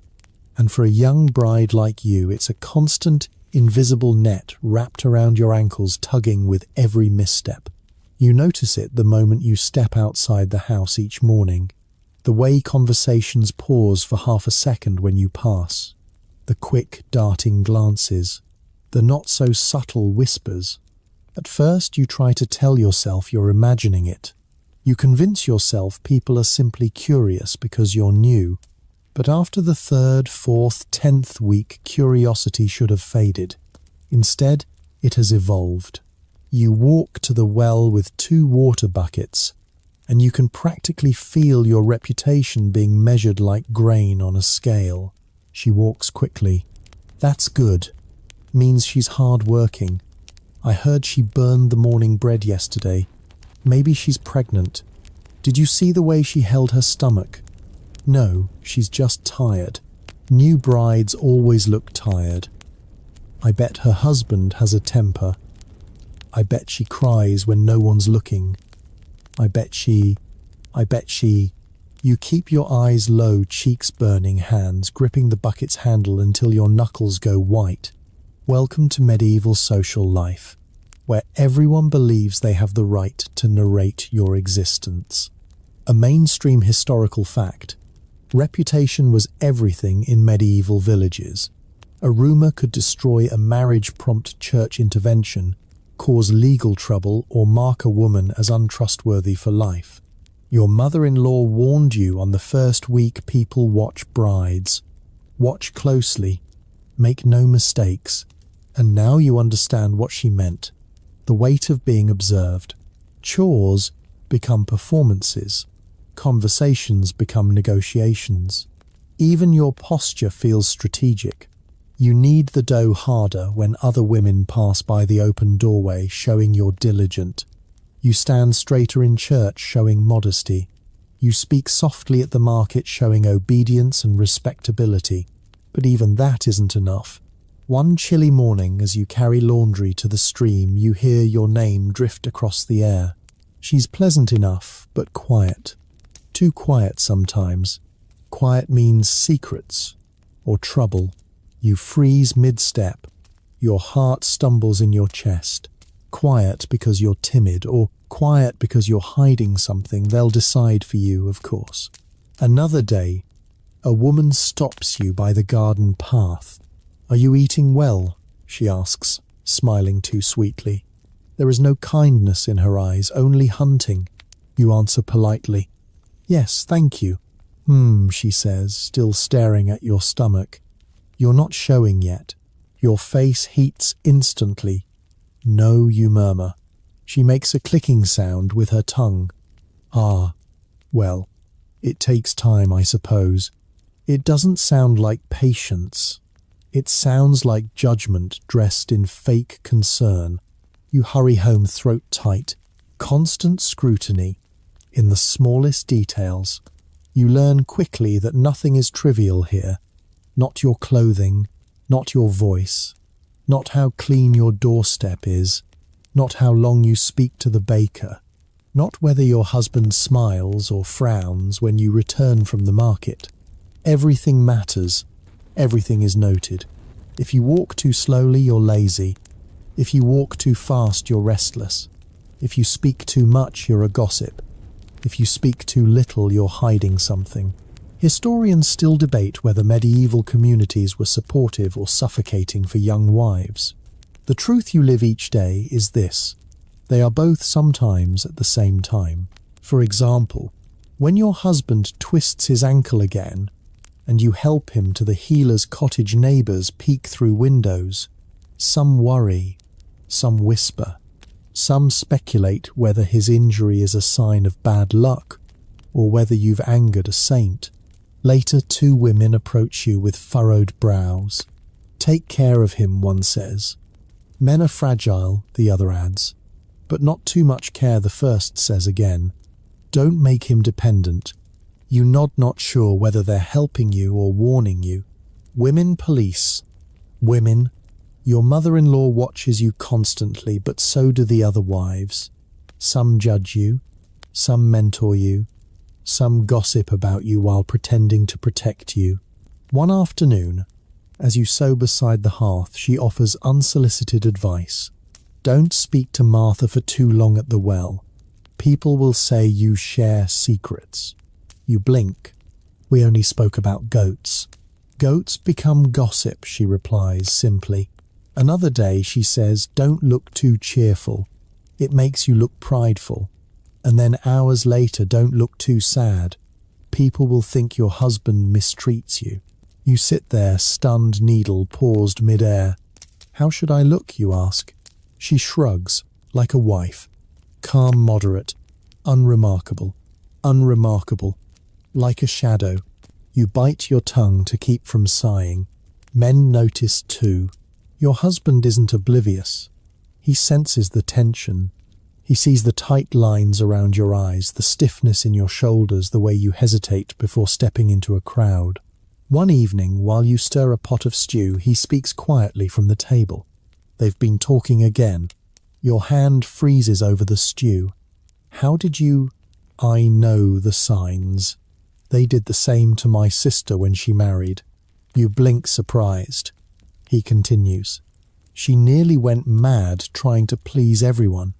My mother told her it's just how things are. She told me the same." He pauses. Then, "You don't have to please everyone." You exhale slowly, shaky with disbelief and relief. "Just don't give them real reason to talk," he adds wryly. You laugh.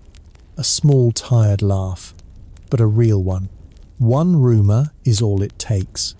Even so, reputation is fragile. One morning a goat escapes the fence. You chase it down, breathless hair dishevelled, skirts muddy. As you drag it back, you catch two women staring. "Wild-looking, isn't she?" one mutters. "Maybe married life is too much for her," the other says. You feel your throat tighten again. Just like that, another thread in the tapestry of gossip. Another day you trip on the threshold while carrying firewood. You drop half of it yelping. A boy sees, runs off, and by evening someone says you threw yourself into the door in a fit of anger.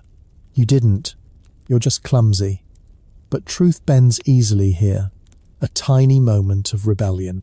One late afternoon, exhausted from judgment and choking under the weight of everyone's whispers, you step outside behind the house. The sky is pink and soft. The air cold but clean. You lean against the fence and close your eyes. For a few minutes you let yourself breathe. Truly breathe. No audience. No measuring. No expectations. Just you. Your husband finds you there after a while. He doesn't say anything. He simply rests his hand gently between your shoulder blades, warm, steady grounding. Let them talk, he murmurs. They always will. Your eyes sting. But this time not from fear, from relief. The dual nature of community. And yet, even in the midst of the constant scrutiny, there are moments when the village shows its other face, supportive, loyal, unexpectedly kind. When the baker's wife falls ill again, the women gather broth and bring blankets. When a child breaks a leg, half the village comes to help build a splint. When you burn your hand on the hearth, 3 women appear with herbs, cloth, and advice before you can even yelp for help. Support and scrutiny, kindness and cruelty, comfort and judgment. The village is all of it, and you are learning to walk its narrow lines with a careful, practiced balance. Through it all, one truth becomes clear. Your reputation is not just how people see you, it's how they decide to treat you, trust you, tolerate you, or target you. And while you cannot control their tongues, you can control your strength, your patience, your quiet endurance, a kind of power in its own right. Tomorrow they will talk again, about you, about someone else, about anything at all. But tonight, in the stillness of your small chamber, you let yourself exhale deeply. You survived another day, under the village's watchful eyes, and tomorrow you'll do it again. Obedience. It's a word you've heard since childhood, softly from your mother, sternly from priests, sharply from elders, whispered by older brides with tired eyes. But only now, as a married woman in a medieval household, do you finally understand the weight of it. Obedience is not a single act. It is a posture, a rhythm, a constant shaping of yourself to fit into a world that was built long before you and never for your comfort. It follows you through every room of the house like a shadow, a wife's place, on a cold morning while you sweep ashes from the hearth. Your mother-in-law clears her throat. She doesn't look at you when she speaks. She rarely does during lectures. A wife must obey without question, she says. It keeps the household peaceful. Peaceful. You bite the inside of your cheek. Peaceful for whom? You nod anyway. That's what a good bride does. She continues, if your husband tells you to prepare the fields, you prepare them. If he tells you not to visit someone, you don't. If he says you're wrong, you accept it. You keep sweeping, but your heart clenches with every sentence. It's not that your husband is cruel, he isn't. In fact, compared to many men in the village, he's gentle, thoughtful, even hesitant. But the system he lives in is not gentle, and the role he is expected to play gives him power over you whether he asked for it or not. A mainstream historical fact. Medieval wives were legally bound to obey their husbands in almost everything. Finances, travel work, social interactions, even personal beliefs in some regions. Disobedience could be punished, socially, spiritually, or even legally. You feel that truth every day. Instructions, wrapped in kindness. Your husband doesn't bark orders. He phrases them softly, politely, but the authority is still there. Stay inside today, he says once. There's a storm coming. You obey though you'd wanted fresh air. Don't go to the farm market alone, he says another day. It's not safe. You obey, even though the farm market has better cloth. Wear your thicker cloak, he tells you one icy morning. You obey, even though you want to choose for yourself. None of his requests are unreasonable. None are harsh. And yet woven together they form a cage made of gentle bars. A cage is still a cage, no matter how softly it's built. The first real test. One afternoon you tell him you'd like to visit your family. You miss them. You ache for the familiarity of your mother's voice, the warmth of your childhood home. He hesitates as you're tightening just slightly. It's not wise to go now, he says. Why? You ask quietly. The roads are muddy, and your mother-in-law needs help harvesting the root vegetables this week. You swallow your disappointment. You nod. You don't argue. But that night, lying awake, you feel a stinging realization expand inside you. You are no longer free to choose where you go, or when, or why. He isn't being cruel. He's doing what husbands are expected to do: protect, manage, oversee. But expectation doesn't erase your longing, or the slow bruise forming in your heart. The priest's reinforcement. Days later in church, the priest gives a sermon on marital duty. His voice echoes off the stone walls. A woman who resists her husband resists God's order, he declares. A household cannot thrive if a wife questions authority. A disobedient wife invites chaos. You lower your head, hands trembling in your lap. You feel everyone's eyes shift toward the brides in the congregation. Young women like you, whose futures are being spelled out line by line by a man who will never bear the burdens he describes. Your husband glances at you briefly as if checking your reaction. You force your expression into calm neutrality, but inside a storm brews. Women enforce the rules too. After service, the village wives gather near the church gates, their cloaks flapping in the wind. They share advice, disguised as warnings. Always listen to your husband. It's easier that way. Men need to feel respected, or they grow restless. Don't contradict him in front of others. Silence keeps peace. Obedience keeps you safe. You nod politely. You smile when expected. You tuck every sentence into the back of your mind like stones in your pocket. But the weight grows heavier with each one. A conflict at home. One evening after a long day of labour, your mother-in-law assigns you to mend an enormous pile of torn linens. Your back aches. Your fingers sting from wool fibres. You are exhausted. Your husband enters the house, sees the mountain of cloth and says, "Leave that for tomorrow." But your mother-in-law snaps immediately, "No, it must be done tonight." You freeze. Two commands, two authorities, two expectations pulling at your ribs like tightening cords. Your husband frowns but doesn't argue with his mother. He simply looks at you waiting. You lower your eyes and pick up the needle. Later that night, when the house is quiet and your husband sits beside you on the bed, he says softly, "You didn't have to push yourself like that. You swallow hard. I did." He studies your face. Because she told you to. Because everyone tells you to. Because obedience is the rule. Because disobedience is unthinkable. "Yes," you whisper. His shoulders slump. He rubs his face with a tired hand. "I don't want you to feel trapped," he murmurs. A small part of you wants to say, "I already do," but you can't. You're afraid of hurting him, and you're afraid of the truth that might spill out. The quiet anger. Obedience doesn't always make you calm. Sometimes it makes you furious. But medieval wives don't get to show anger. Anger belongs to men, to fathers, husbands, priests, lords. So your anger becomes inward, a simmering ache, a silent rebellion. You grit your teeth through endless chores. You bite your tongue when given contradictory orders.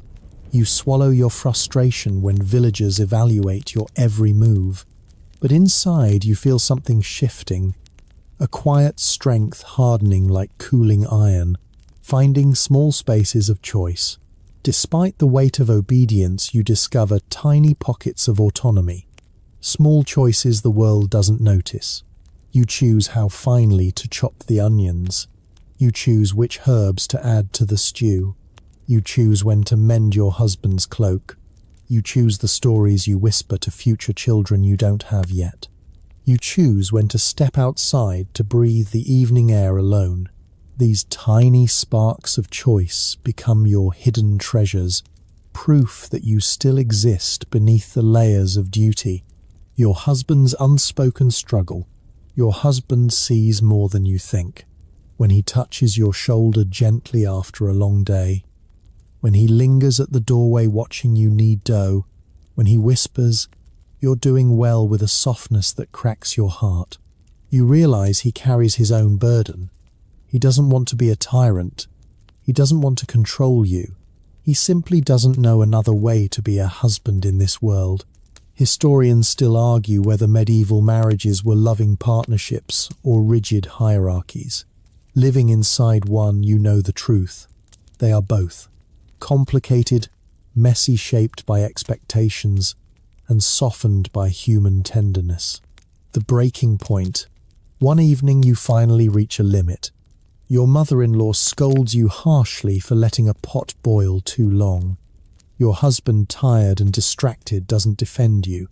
The neighbor's whispers feel like nails in your skin, and your entire body feels like a thread pulled too tight. You retreat to your chamber and sit on the bed, hands shaking. Minutes later, your husband enters. He closes the door, gently sits beside you and waits. You don't cry, not at first. You just stare at your hands. Then the words spill out. "I try so hard, every day, and it's never enough." He listens, really listens. Then he takes your hands in his and says softly, "It is enough," even if no one else says it. His voice breaks on the last word, and for the first time you feel seen, not as a wife, not as a daughter-in-law, not as a vessel for future children, but as yourself. A new understanding.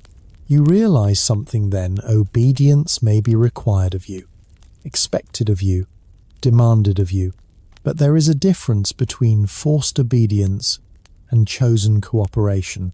You cannot change the laws. You cannot defy the church. You cannot silence the village. You cannot escape the system, but you can build an understanding between you and your husband, a quiet agreement, a shared gentleness, a partnership forged in the spaces where rules soften and humanity takes over. You lean your head on his shoulder. He wraps an arm around you, and the world outside fades for a moment. Tomorrow, the expectations will return, the gossip, the pressure, the burden of obedience. But tonight, in the dim glow of the dying fire, you allow yourself to believe one thing: you are more than the role forced upon you.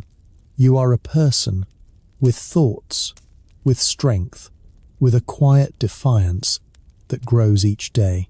And that may be the beginning of a different kind of power, a power medieval women learned to wield in silence.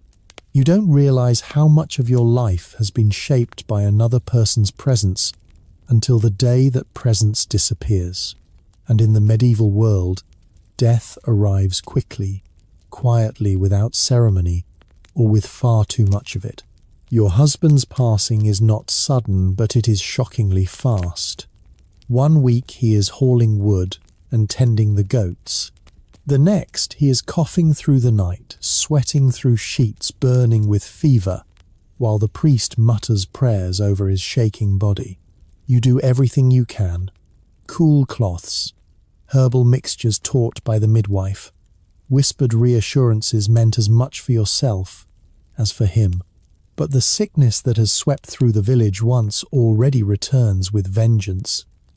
And this time it chooses him. One cold morning before the sun has fully risen, your husband exhales softly and does not inhale again. The house falls silent, a silence so thick it presses into your lungs. Your mother-in-law lets out a low animal sound, part grief, part denial.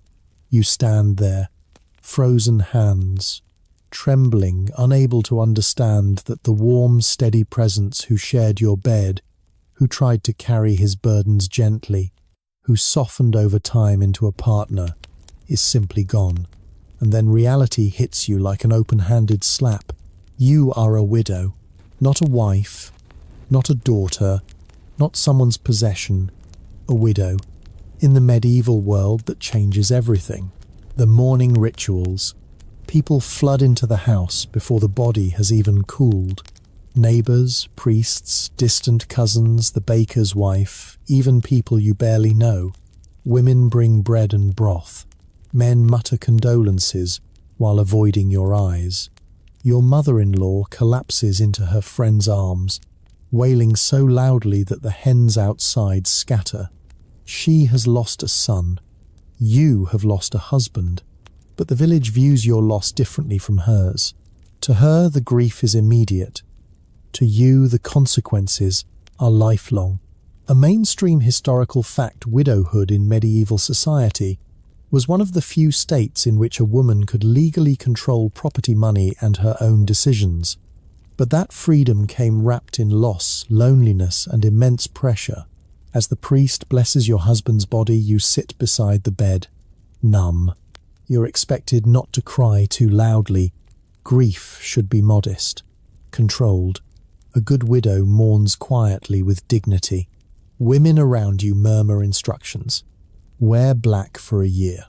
Don't laugh in public. Don't be seen talking to any young men. Don't leave the village without reason. Don't smile too brightly. People will talk, and they will, of course. Gossip grows faster than wheat. The sharp edge of sympathy. At first, villagers treat you kindly. They bring food, offer help, speak gently.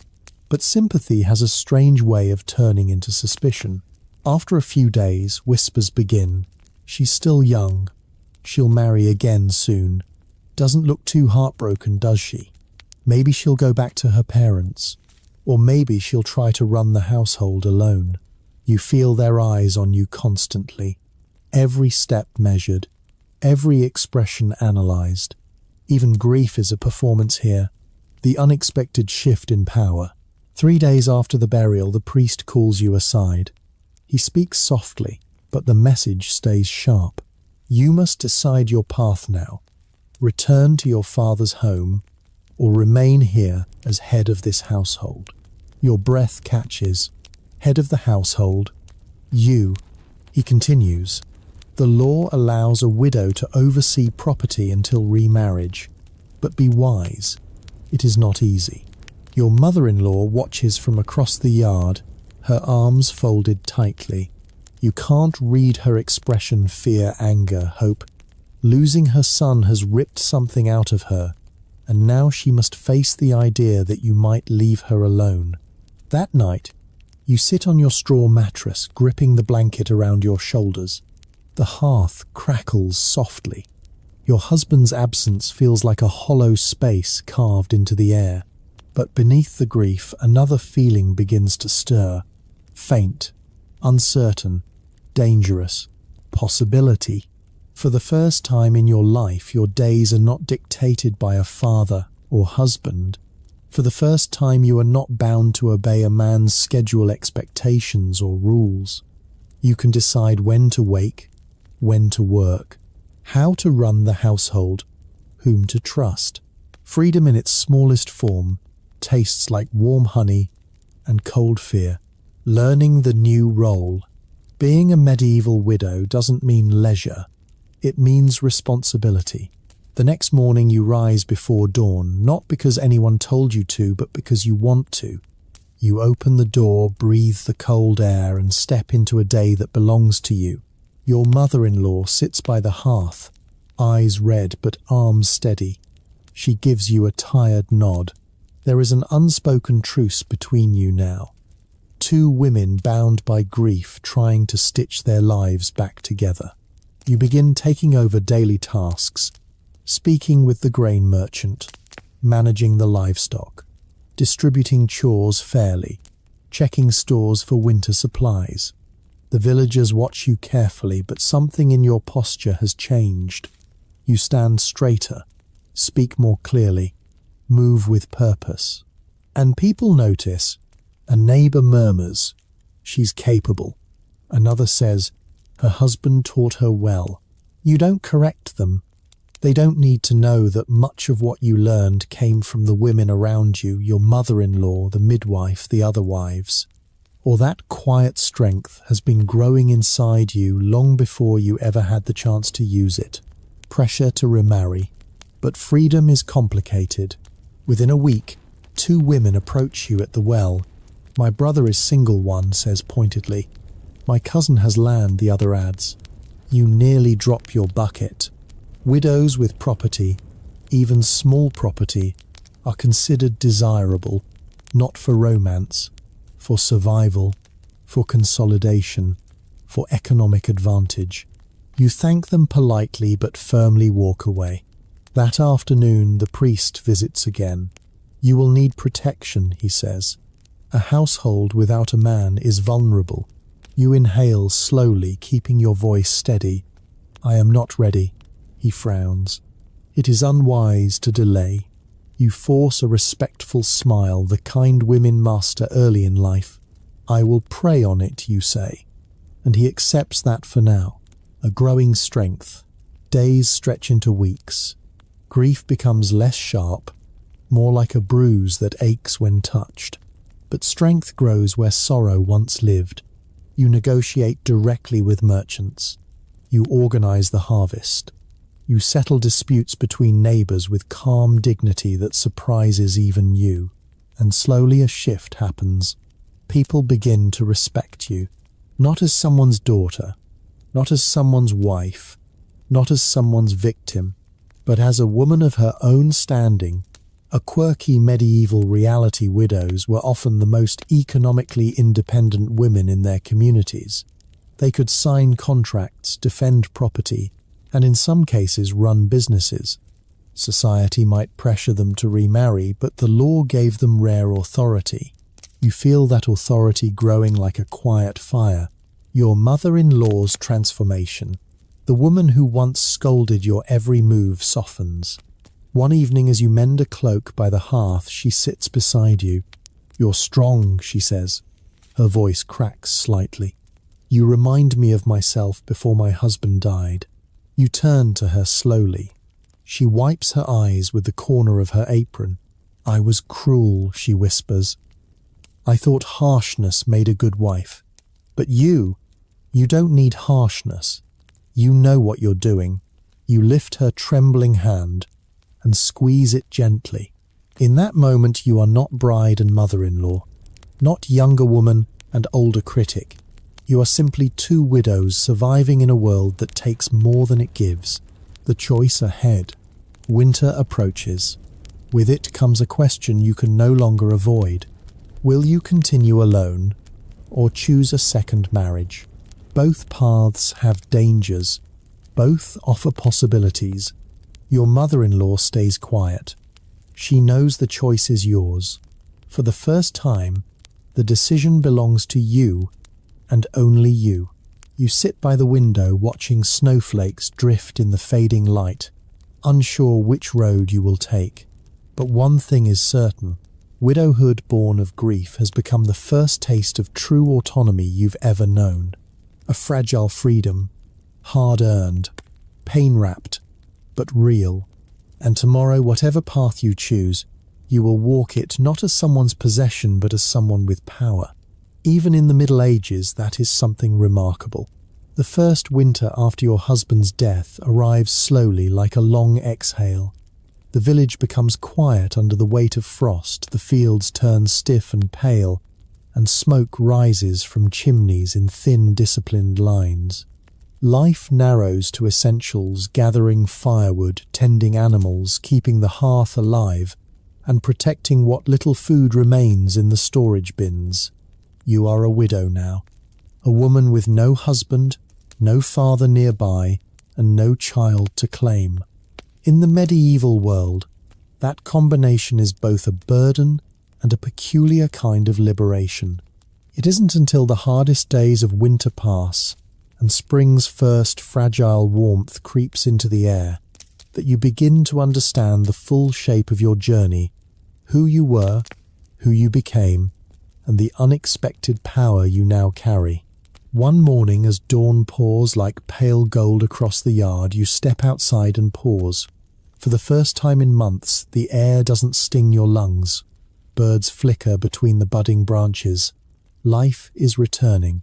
You stand still, letting sunlight warm your face, and memory washes over you, memories of the girl who once left her childhood home, trembling with fear, stepping into a marriage she neither chose nor understood. You can barely recognize her now. From girl to bride, you remember the heavy wedding cloak, the nervous whispers of villagers, the smell of incense and wool, the priest's booming voice pronouncing you bound to a man you barely knew. You remember the weight of your dowry, how it determined your value more than your character ever could. You remember your trembling hands during the hand-fasting ritual, the knot tied so tightly around your wrists it numbed your fingers. You remember the moment you looked into your husband's eyes and wondered whether this stranger would become your protector or your captor. At the time, it felt like stepping onto a path carved by others, a path from which you could never stray. From bride to wife, your memories roll forward, the household chore lists that stretched from dawn to dusk. Your mother-in-law's stern corrections, relentless instructions, the sharp edge of her disappointment, the ache in your arms from washing linens by the river, the rawness of your hands from grinding grain, the exhaustion that lived in your bones. But woven among these harsher threads were moments of gentleness, small, fragile, but real. Your husband's careful tone when he asked if you were tired, the hesitancy in his touch, as if he knew what the world demanded of you both and feared becoming another burden. The way he sat beside you on cold nights, silent but present. You remember how your partnership shifted from obligation to understanding quietly, slowly, like moss growing over stone, from wife to survivor. Then came the illnesses, the fevers that turned strong men into trembling shadows, the fear that clung to the village like a second skin, the funerals whose toll became too heavy to count. You remember the day you lost him, how the breath left his body in a sigh soft and final, how your mother-in-law's screams split the air, how the house seemed to collapse inward with grief. You never imagined you'd find strength in widowhood, but you did, because suddenly for the first time your days were your own. Your choices were your own. Your voice, quiet but steady, was your own. And people listened, from widow to woman of standing. You remember the first time you negotiated with a merchant and he actually nodded in respect. The first time villagers asked your opinion instead of your husband's. The first time you looked in the mirror into your own eyes and saw not fear, not timidity, not uncertainty, but capability. You handled accounts, managed labor, made decisions, protected the household that still remained. Historians might argue about how much power medieval women actually held, but you feel the truth deep in your bones. You became strong not because the world wanted you to be, but because survival demanded it. Quiet freedom, bitter and sweet. As spring light grows thicker and days lengthen, people begin to ask whether you'll remarry.